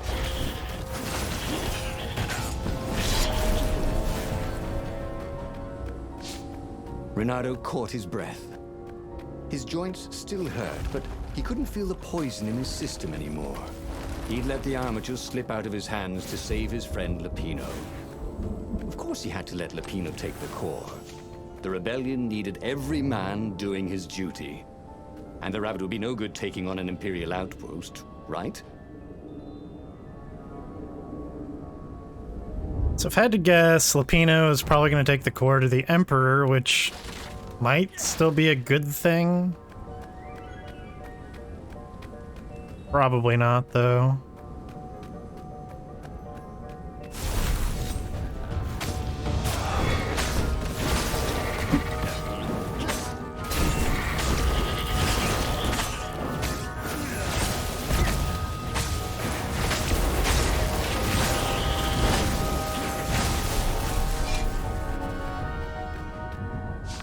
Renato took the outpost with a song in his heart. Soon, he was stuffing his sack with key messages from and to the fleet. Then the Far Speaker Toad chortled a new message.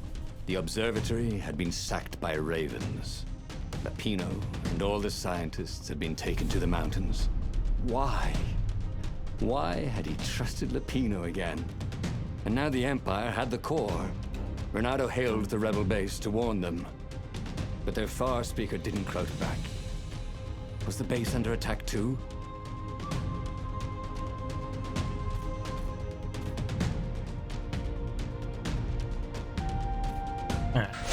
We'll save Lapino again. At the base. But he knew what the ravens would do to Lapino if Renato didn't rescue him fast. Well, actually, he wasn't exactly sure. It kind of depended on whether Lapino was a traitor or not. Renato just couldn't bring himself to believe that. What are all friends for, if not to need rescuing every few days?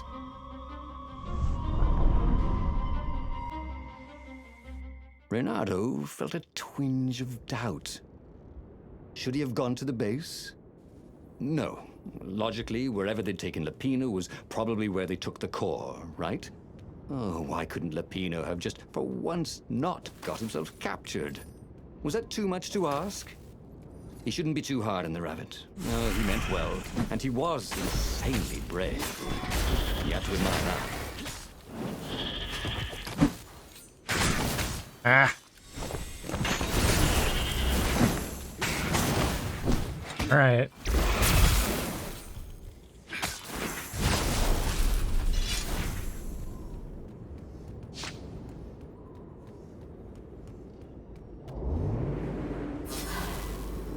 There was an inscription, "No spitting."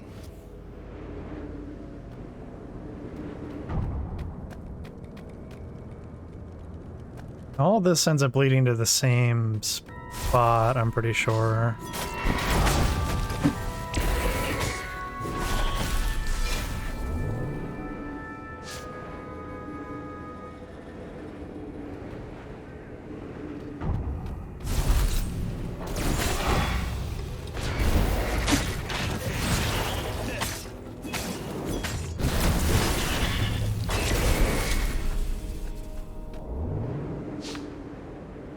Where were they holding Lapino anyway? There was no sign of him or the ravens who'd captured him. Just rocks and snow and the usual scouts. No sign of the core either. Was this a wild rabbit chase? Oh, trust Lapino to screw up even getting captured. But what was this rebellion for anyway? Well, Lapino was a useless goof, but he was a friend. If friends didn't matter anymore, what was the point of winning this war? Aha. Now, I don't think I ever went to this door down here. I'm sure there's nothing, like, How about mind-blowing behind it, but... simply just goes to the top?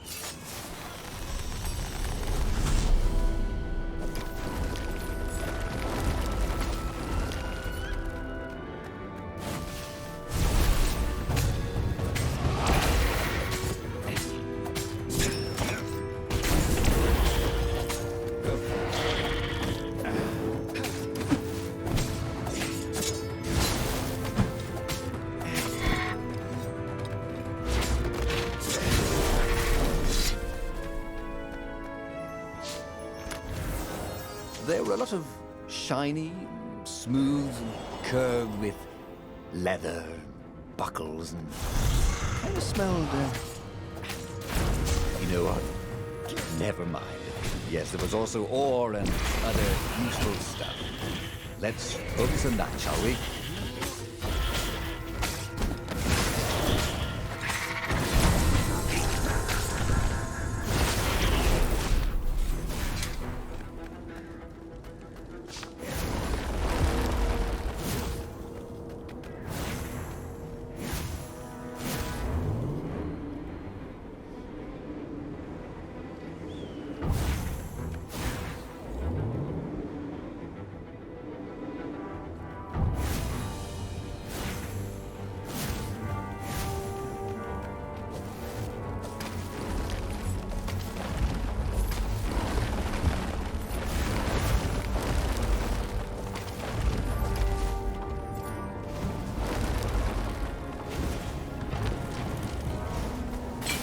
It was definitely easier to fight inanimate objects.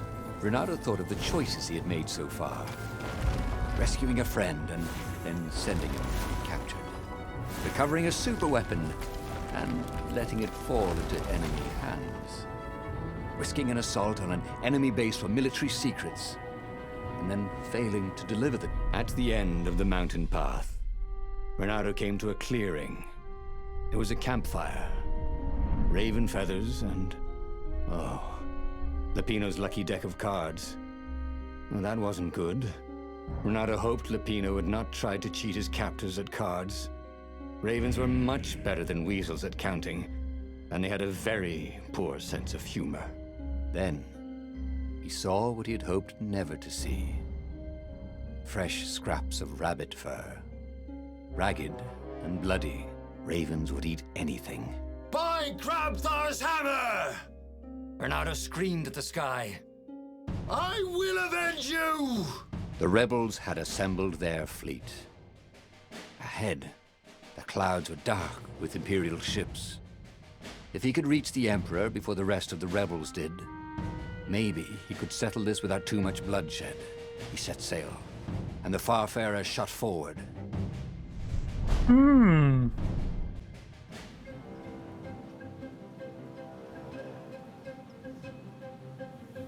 Poor Lapino had never been a great warrior. The mad rabbit was good for a lark and a laugh. And a pint. The thought of ravens eating him made Renato furious. The way they were eating up the land. The way the Emperor was eating up the people with his new, bloodthirsty ways. He would make them all pay.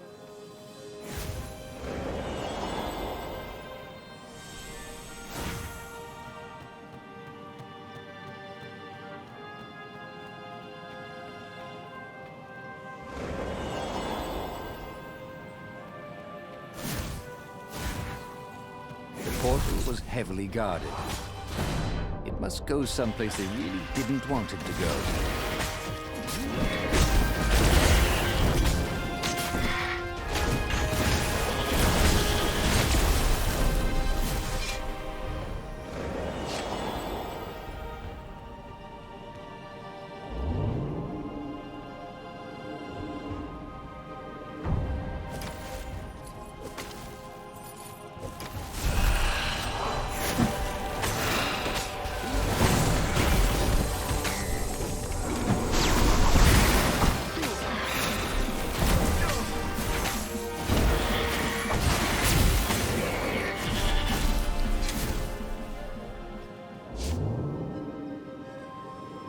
There were stickers all over the platform for really hot lady foxes, with pictures and addresses and everything.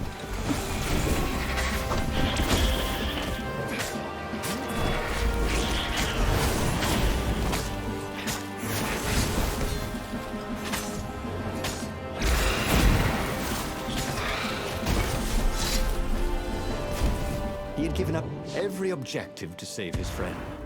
He had given up the armature, the core, the gem, and even Zenobia. He loved Lupino, he realized. Now the rabbit was gone. A hero looks out for his friends, even when they're gone. He would send Lupino an honor guard of ravens to serve him in the halls of the Valiant. He would avenge him.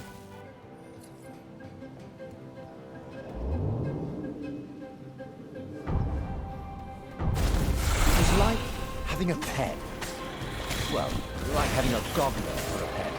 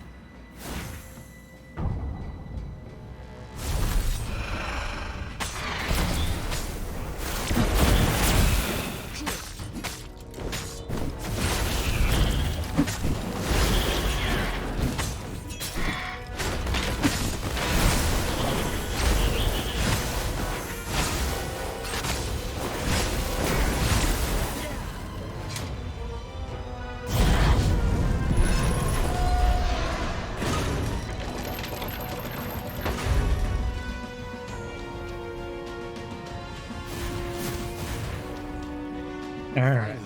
What's it gonna The be? Emperor's ship. And there was Lupino, surrounded by ravens. He was alive. They'd eaten some other rabbit. I'll save you! He shouted with joy and flung himself at the ravens. Oh, you shouldn't have, said Lupino when the last raven was down. Renato threw his arms around his best friend. I had to come. I love you, man. You really, really shouldn't have, said Lupino. And Renato felt a rather sharp pain in his back. As he collapsed, Lupino took the dagger out of Renato's back and wiped it off on Renato's sleeve. Why? You always have to be the hero. Brave Renato, epic Renato, super sexy Renato, and I'm sick of it. As Renato died, all he could think was, Damn it. Fooled again.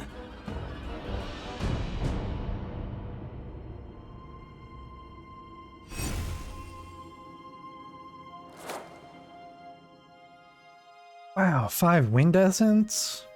Cool.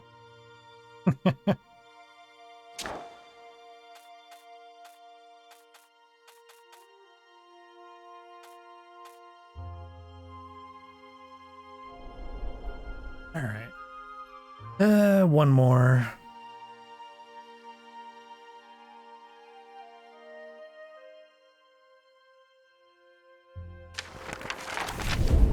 go full, like, sicko mode.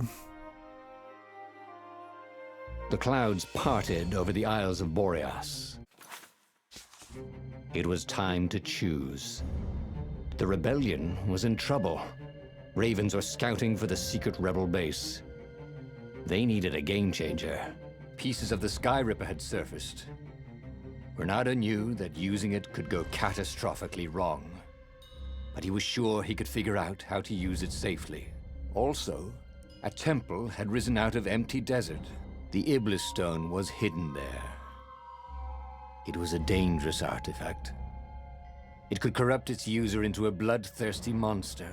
Maybe he could find a way to use it, to take its power without surrendering to its wickedness. And also, his old friend Lapino needed rescuing. Of course, Renato had a pretty strong suspicion that Lapino had betrayed the rebellion, and he had a gut feeling that he needed to use that to his advantage. The island was windswept desert. No one went there except ostriches and ostrich hunters. The Iblis Stone. It would whisper promises in his ear, offer him power for blood. But this time, Renato was sure he could master it. And so, Nah. Renato went ostrich hunting. I'm going full genocidal. Every child could sing verses about the Sky Ripper, but ancient codices held hints of other things. A stone that ate souls, a ruby that drank blood, a jewel only a righteous man could give away. Were all these things the Iblis Stone? Long hidden in a buried temple? Another ancient item that was only resurfacing now?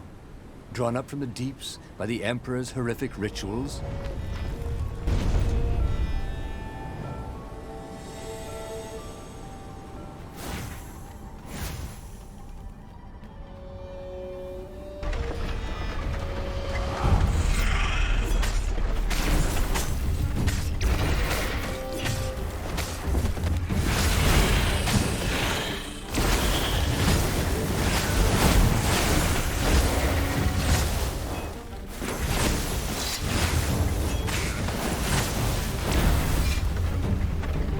Ravens were already here, cawing in frustration.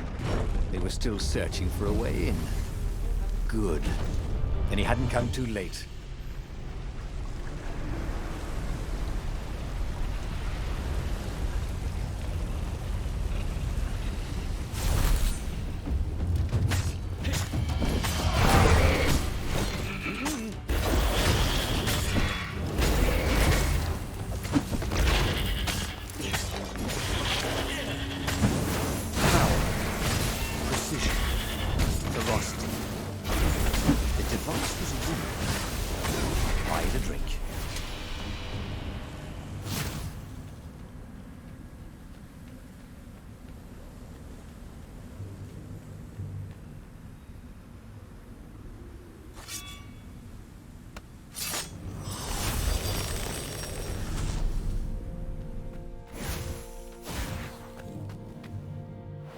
I have to say, yeah.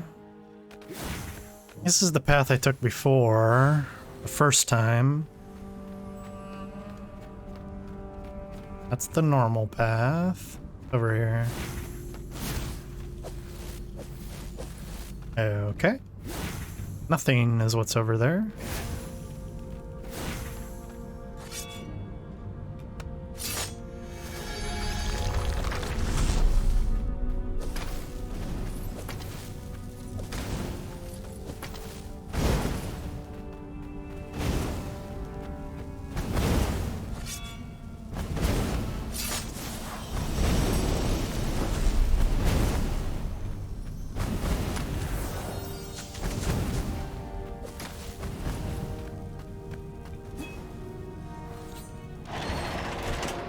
There had to be some way to use the Iblis Stone.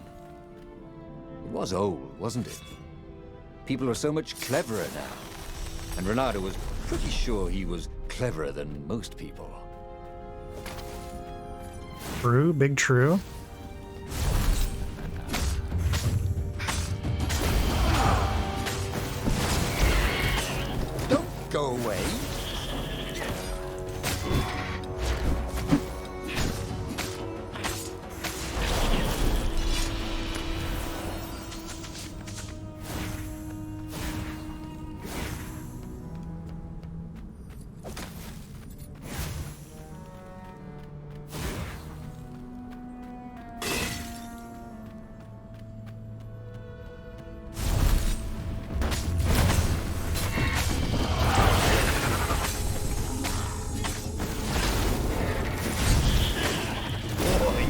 this device he could travel at night, so long as there were ravens to set on fire. Oh, yeah.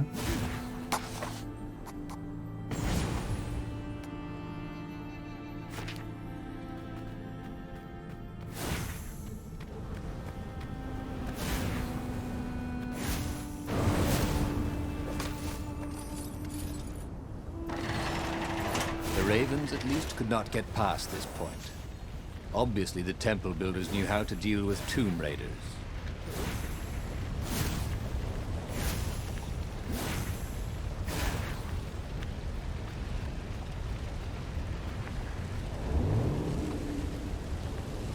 Oh, they really ought to put a railing on this thing, he thought.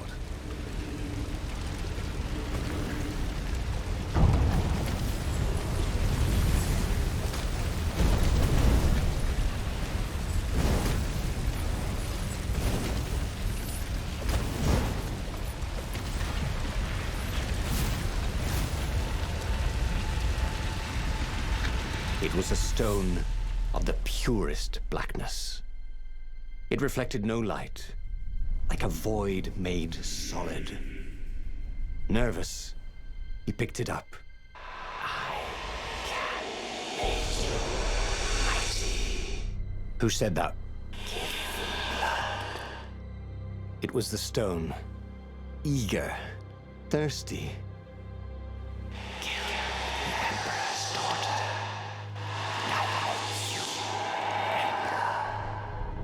That seemed tempting and terribly wrong. Zenobia was the Emperor's greatest general and a potent witch. But they had been close once. And he had a sneaking suspicion the gem would try to control him. Why not capture the core of Sky Ripper instead? It was the eye of a lost god torn out by the Transcendent Emperor to power his greatest weapon. But the core, said the stone anxiously. But even though Renato knew how evil the gem was, he had a clever plan for dealing with it. A clever plan.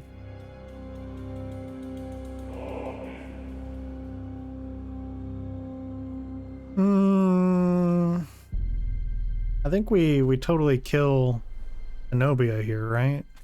Going full evil. Why was he listening to a talking rock? Ah, but the rock had a point. If the stone could truly turn him into a powerful warrior, he could defeat the Emperor with the very weapon the wicked old toad had sought for himself. To be a hero, you had to sacrifice old friends sometimes, especially when they've become enemies.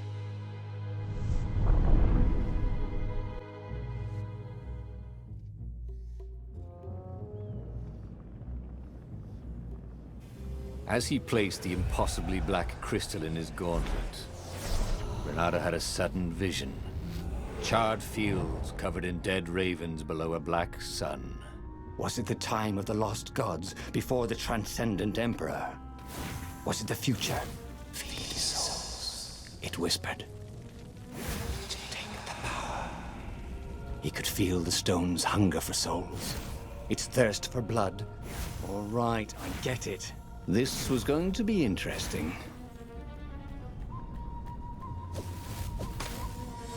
The city was burning, and there was no one to put out the fires. If somehow Zenobia survived her father and inherited his crown, what sort of empire would she be heir to? But he couldn't think about that, could he?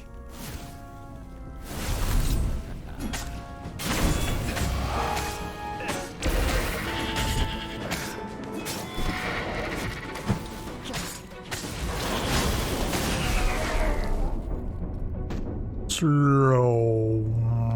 The ravens on Zenobia's island were no match for Renato. They screamed as the stones sucked out their souls, and with each death, he felt stronger. Take the power, the stone told him.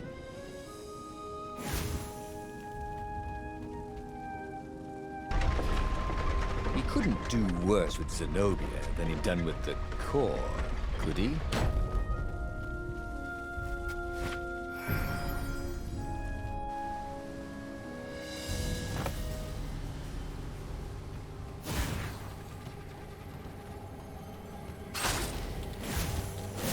Didn't your mother tell you it's rude to stare? Snapped Renato, a little smug.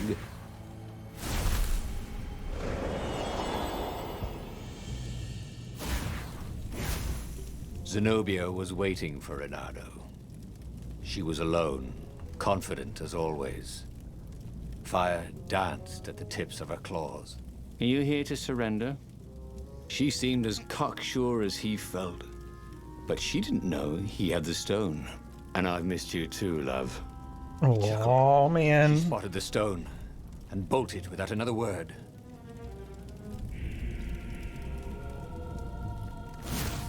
Oh, we can't have that.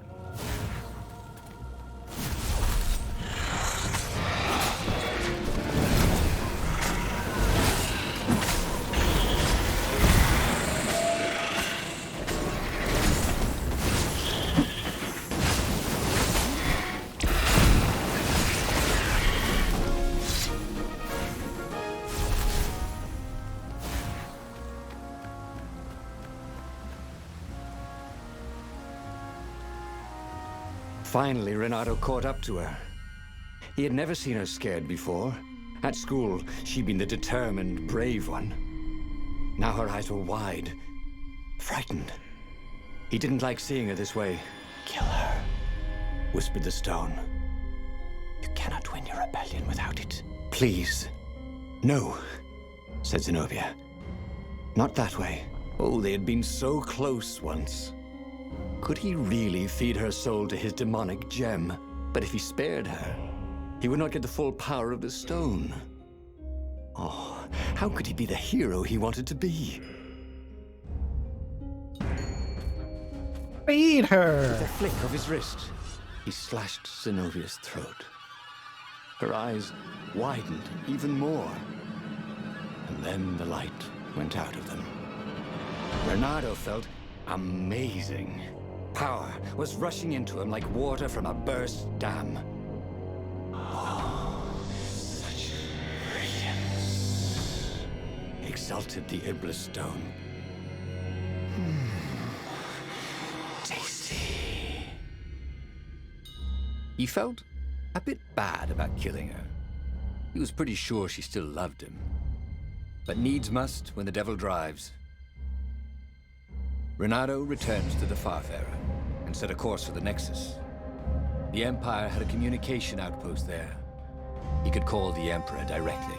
It was time to seize the outpost and let the Emperor know what he had done.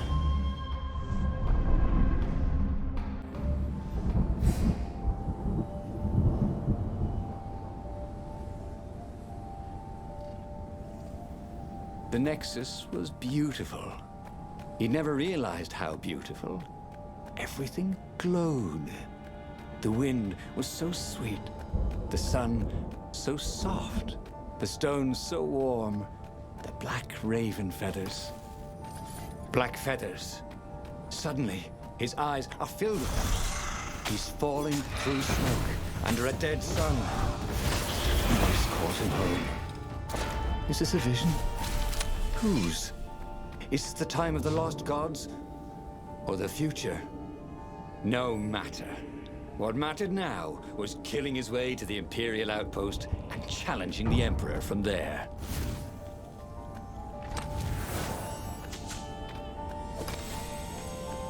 Yeah, so even the game acknowledges that I don't need that stuff anymore, so just like literally doesn't give it to me. It's kind of like if they knew how many different story paths they were gonna make, kind of seems like they should have padded stuff out a bit more. Stand on the device and let it do all the killing for it. But that wouldn't be sporting, would it? Or fun?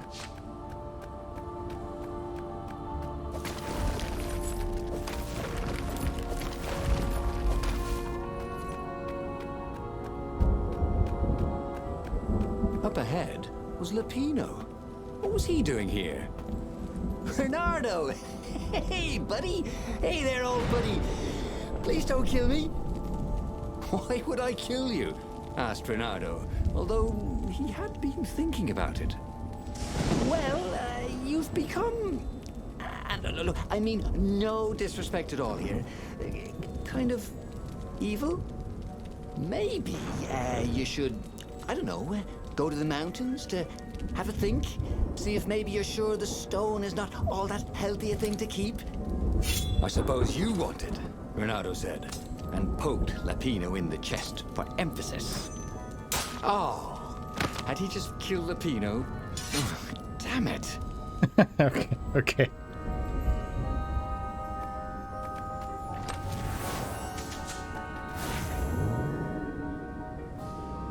Imagine if you built a house on one of these things.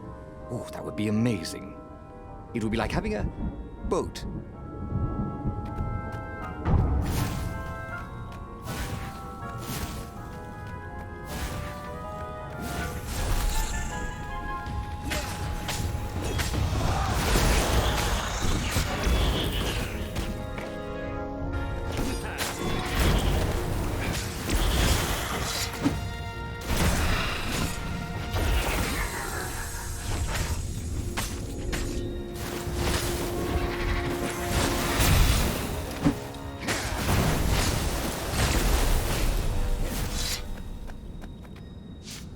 Renato rampaged through the Imperial outpost like a water buffalo rampaging.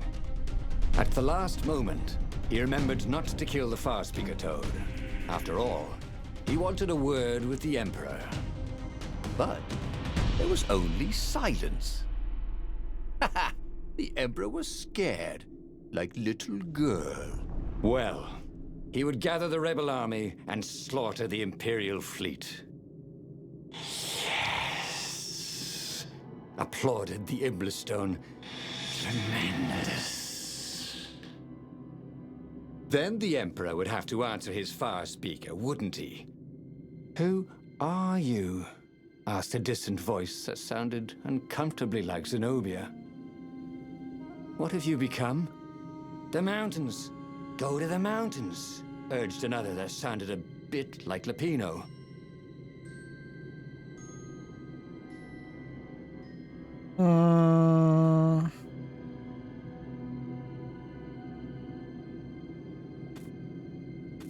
Totally just go murder everyone, right? Renato called the rebel council to let them know to gather their forces.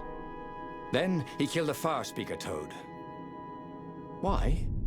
Oh, because to make sure his sword was sharp. Oh no, that's awful. So no one else could use it. Yes, that's it. Then he set off for the ruins and the secret rebel base.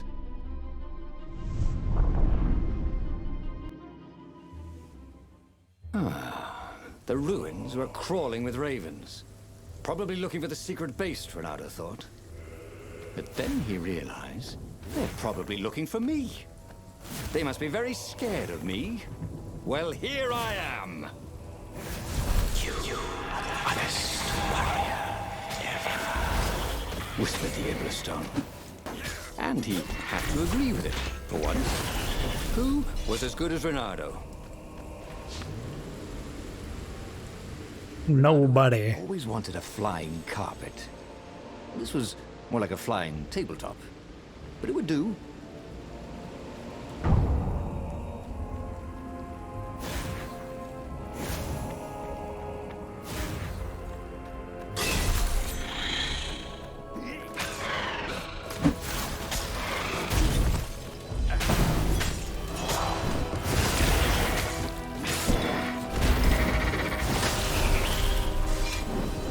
Renato was so happy. The stone was the best friend he'd ever had. Really, who would bury such a treasure in the desert? Soon, he'd go rally the rebellion and usher a new age for the islands of Erda.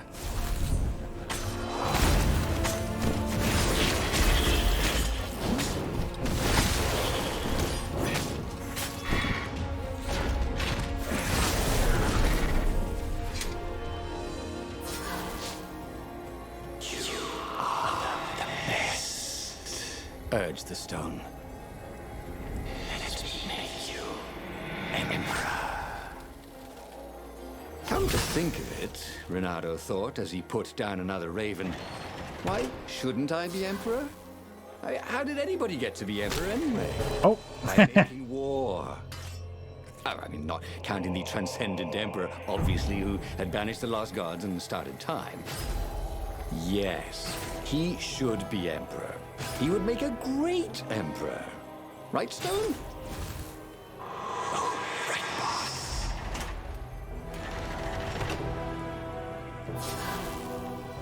The long stairs. So he was close to the rebel base. Nothing was on fire. So far, so good.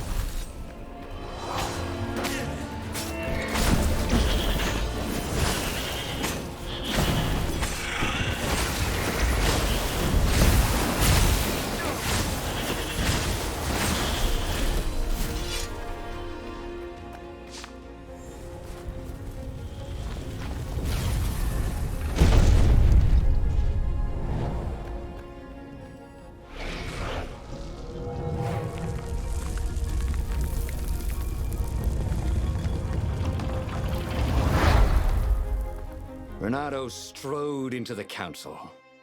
Let's do this thing. Let's make me emperor. They looked confused and nervous.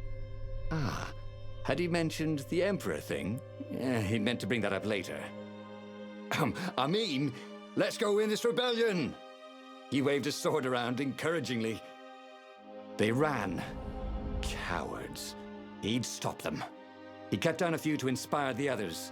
But soon, there was no one to cut down. Yes.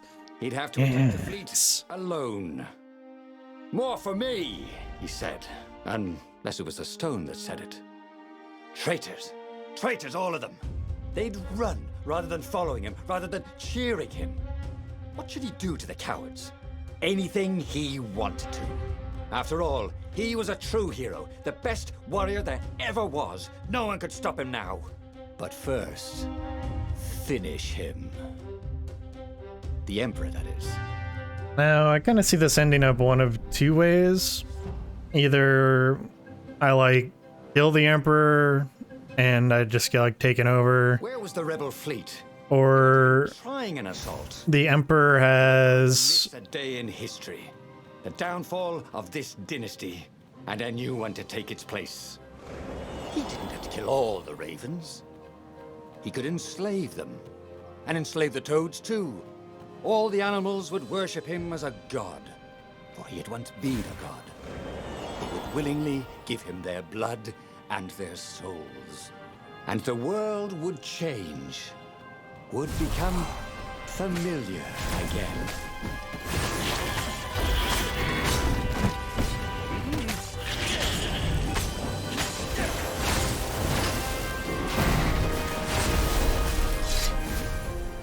Anyway, the other ending could possibly be the Emperor has the Sky Stone or whatever.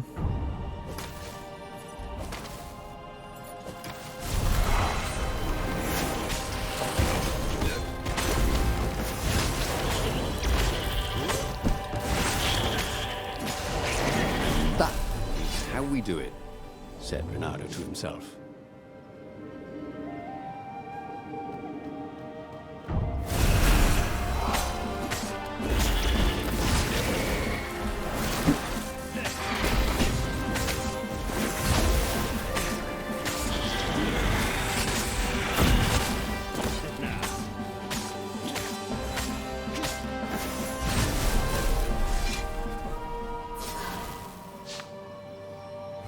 Renato was glowing with dark power. Already the sun had dimmed. He could do anything, he realized. He could wrap the island safely in smoke again. He was beyond a hero. He was going to become a god again. How odd, he thought, that the Iblis Stone had nothing to say about any of this. Well, no matter.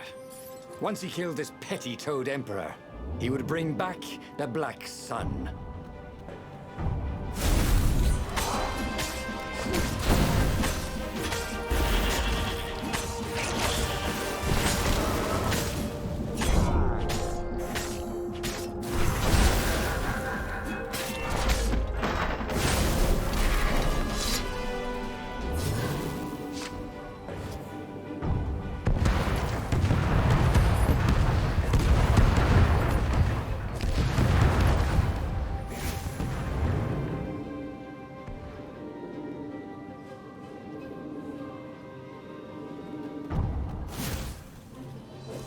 All right, Mr. Emperor, what's it Soon gonna he'd be? Confront the Emperor.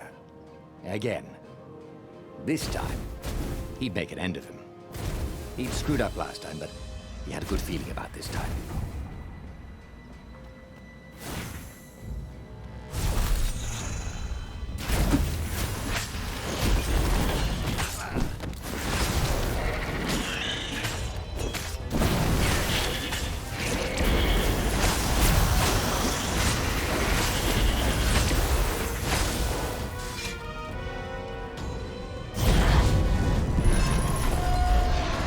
Okay.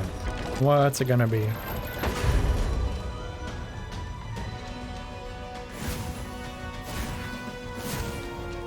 He found the Emperor and the Council huddling by his ship, plotting. They saw him and cowered before him. Back to hell, fiend. Croaked the Emperor desperately. In the name of the Transcendent Emperor! Croaked the speaker. They held some arcane items he didn't recognize. He simply flexed his will and sucked their souls out of their bodies. And Iblis exulted. It is finished. And the void that had been a mere stone on a sword expanded. It stretched and ripped like a vast womb. And a gaze, black and pitiless as the sun, passed through the void into the land. And so time ended.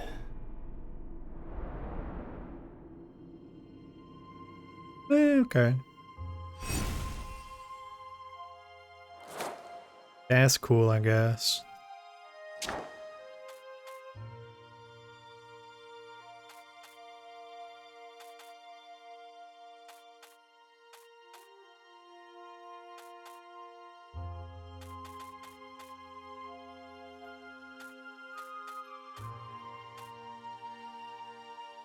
No, I've never actually clicked the view story on this.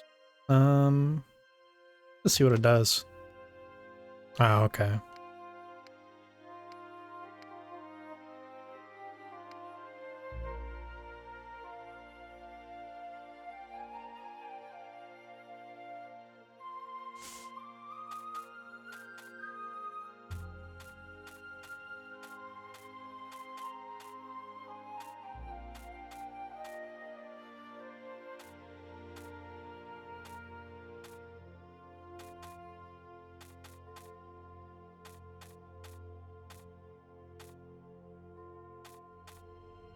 So it seems like they're color coded. So you have 5 of his endings, probably.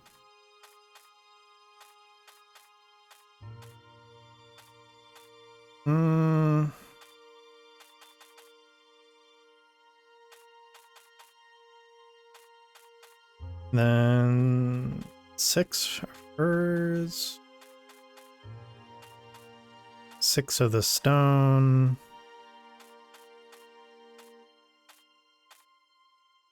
Seven of the... Okay. Interesting.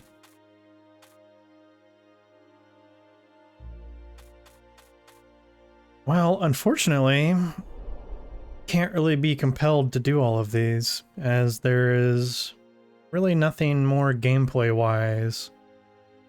I could get some more story stuff out of it, but...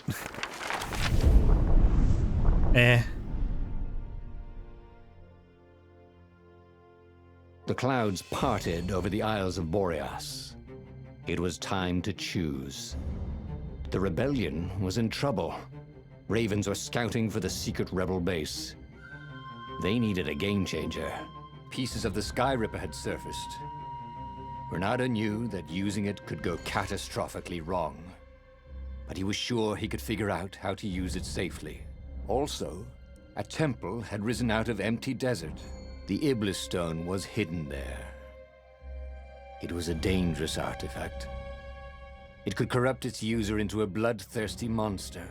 Maybe he could find a way to use it, to take its power without surrendering to its wickedness.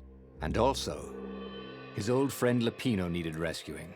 Of course, Renato had a pretty strong suspicion that Lapino had betrayed the rebellion, and he had a gut feeling that he needed to use that to his advantage. Okay, well, I'm not going to be doing any of these. But what I am going to do is end the stream.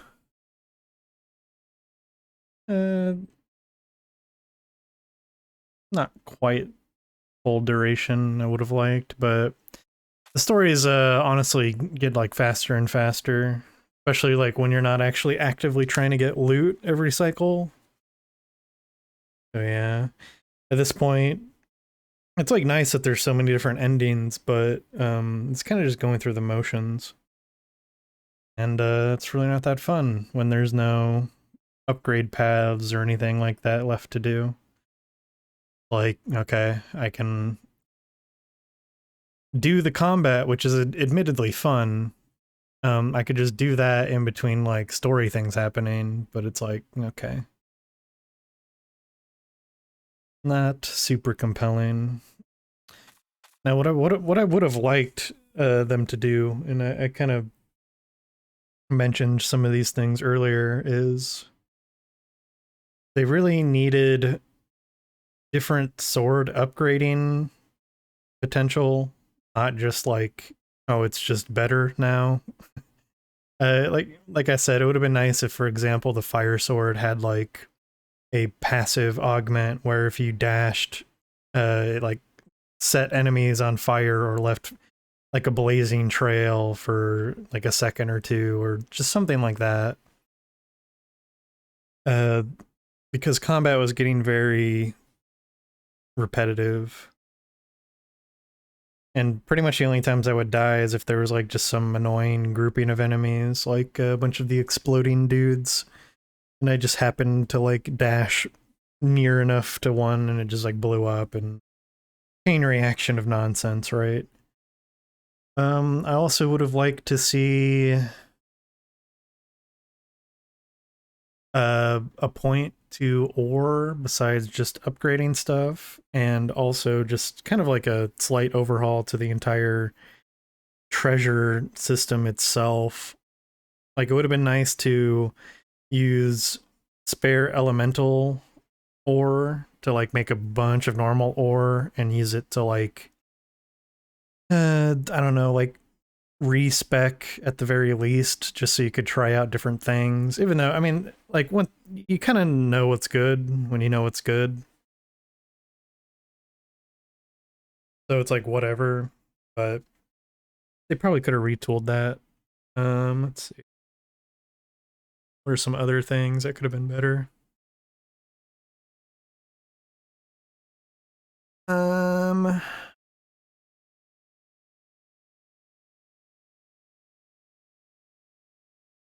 I'm not really sure. Those are like the big things, really, because it would have just been nice to, because since the combat like fundamentally is very solid, it would have just been nice to have like different gameplay options. Because for the most part, at the end, you could see I was just focusing down the warlocks and the buffer guys, being a little careful around the explodey guys, and then just kind of button mashing to kill everybody else. And once I got a streak of 20, it was just one-hit kills, and combat was over in like 10 seconds, basically. But yeah, that's gonna be it for this game. I'm gonna have to figure out what I want to do for next Thursday, but I definitely don't have a lack of games to play, so it won't be too bad.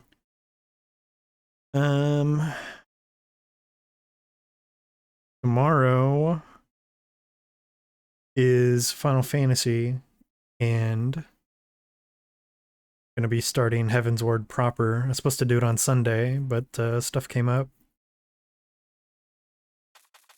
All right. I will say thanks to everyone for lurking. Not gonna raid anybody. I have 2 viewers and one of them's me, so.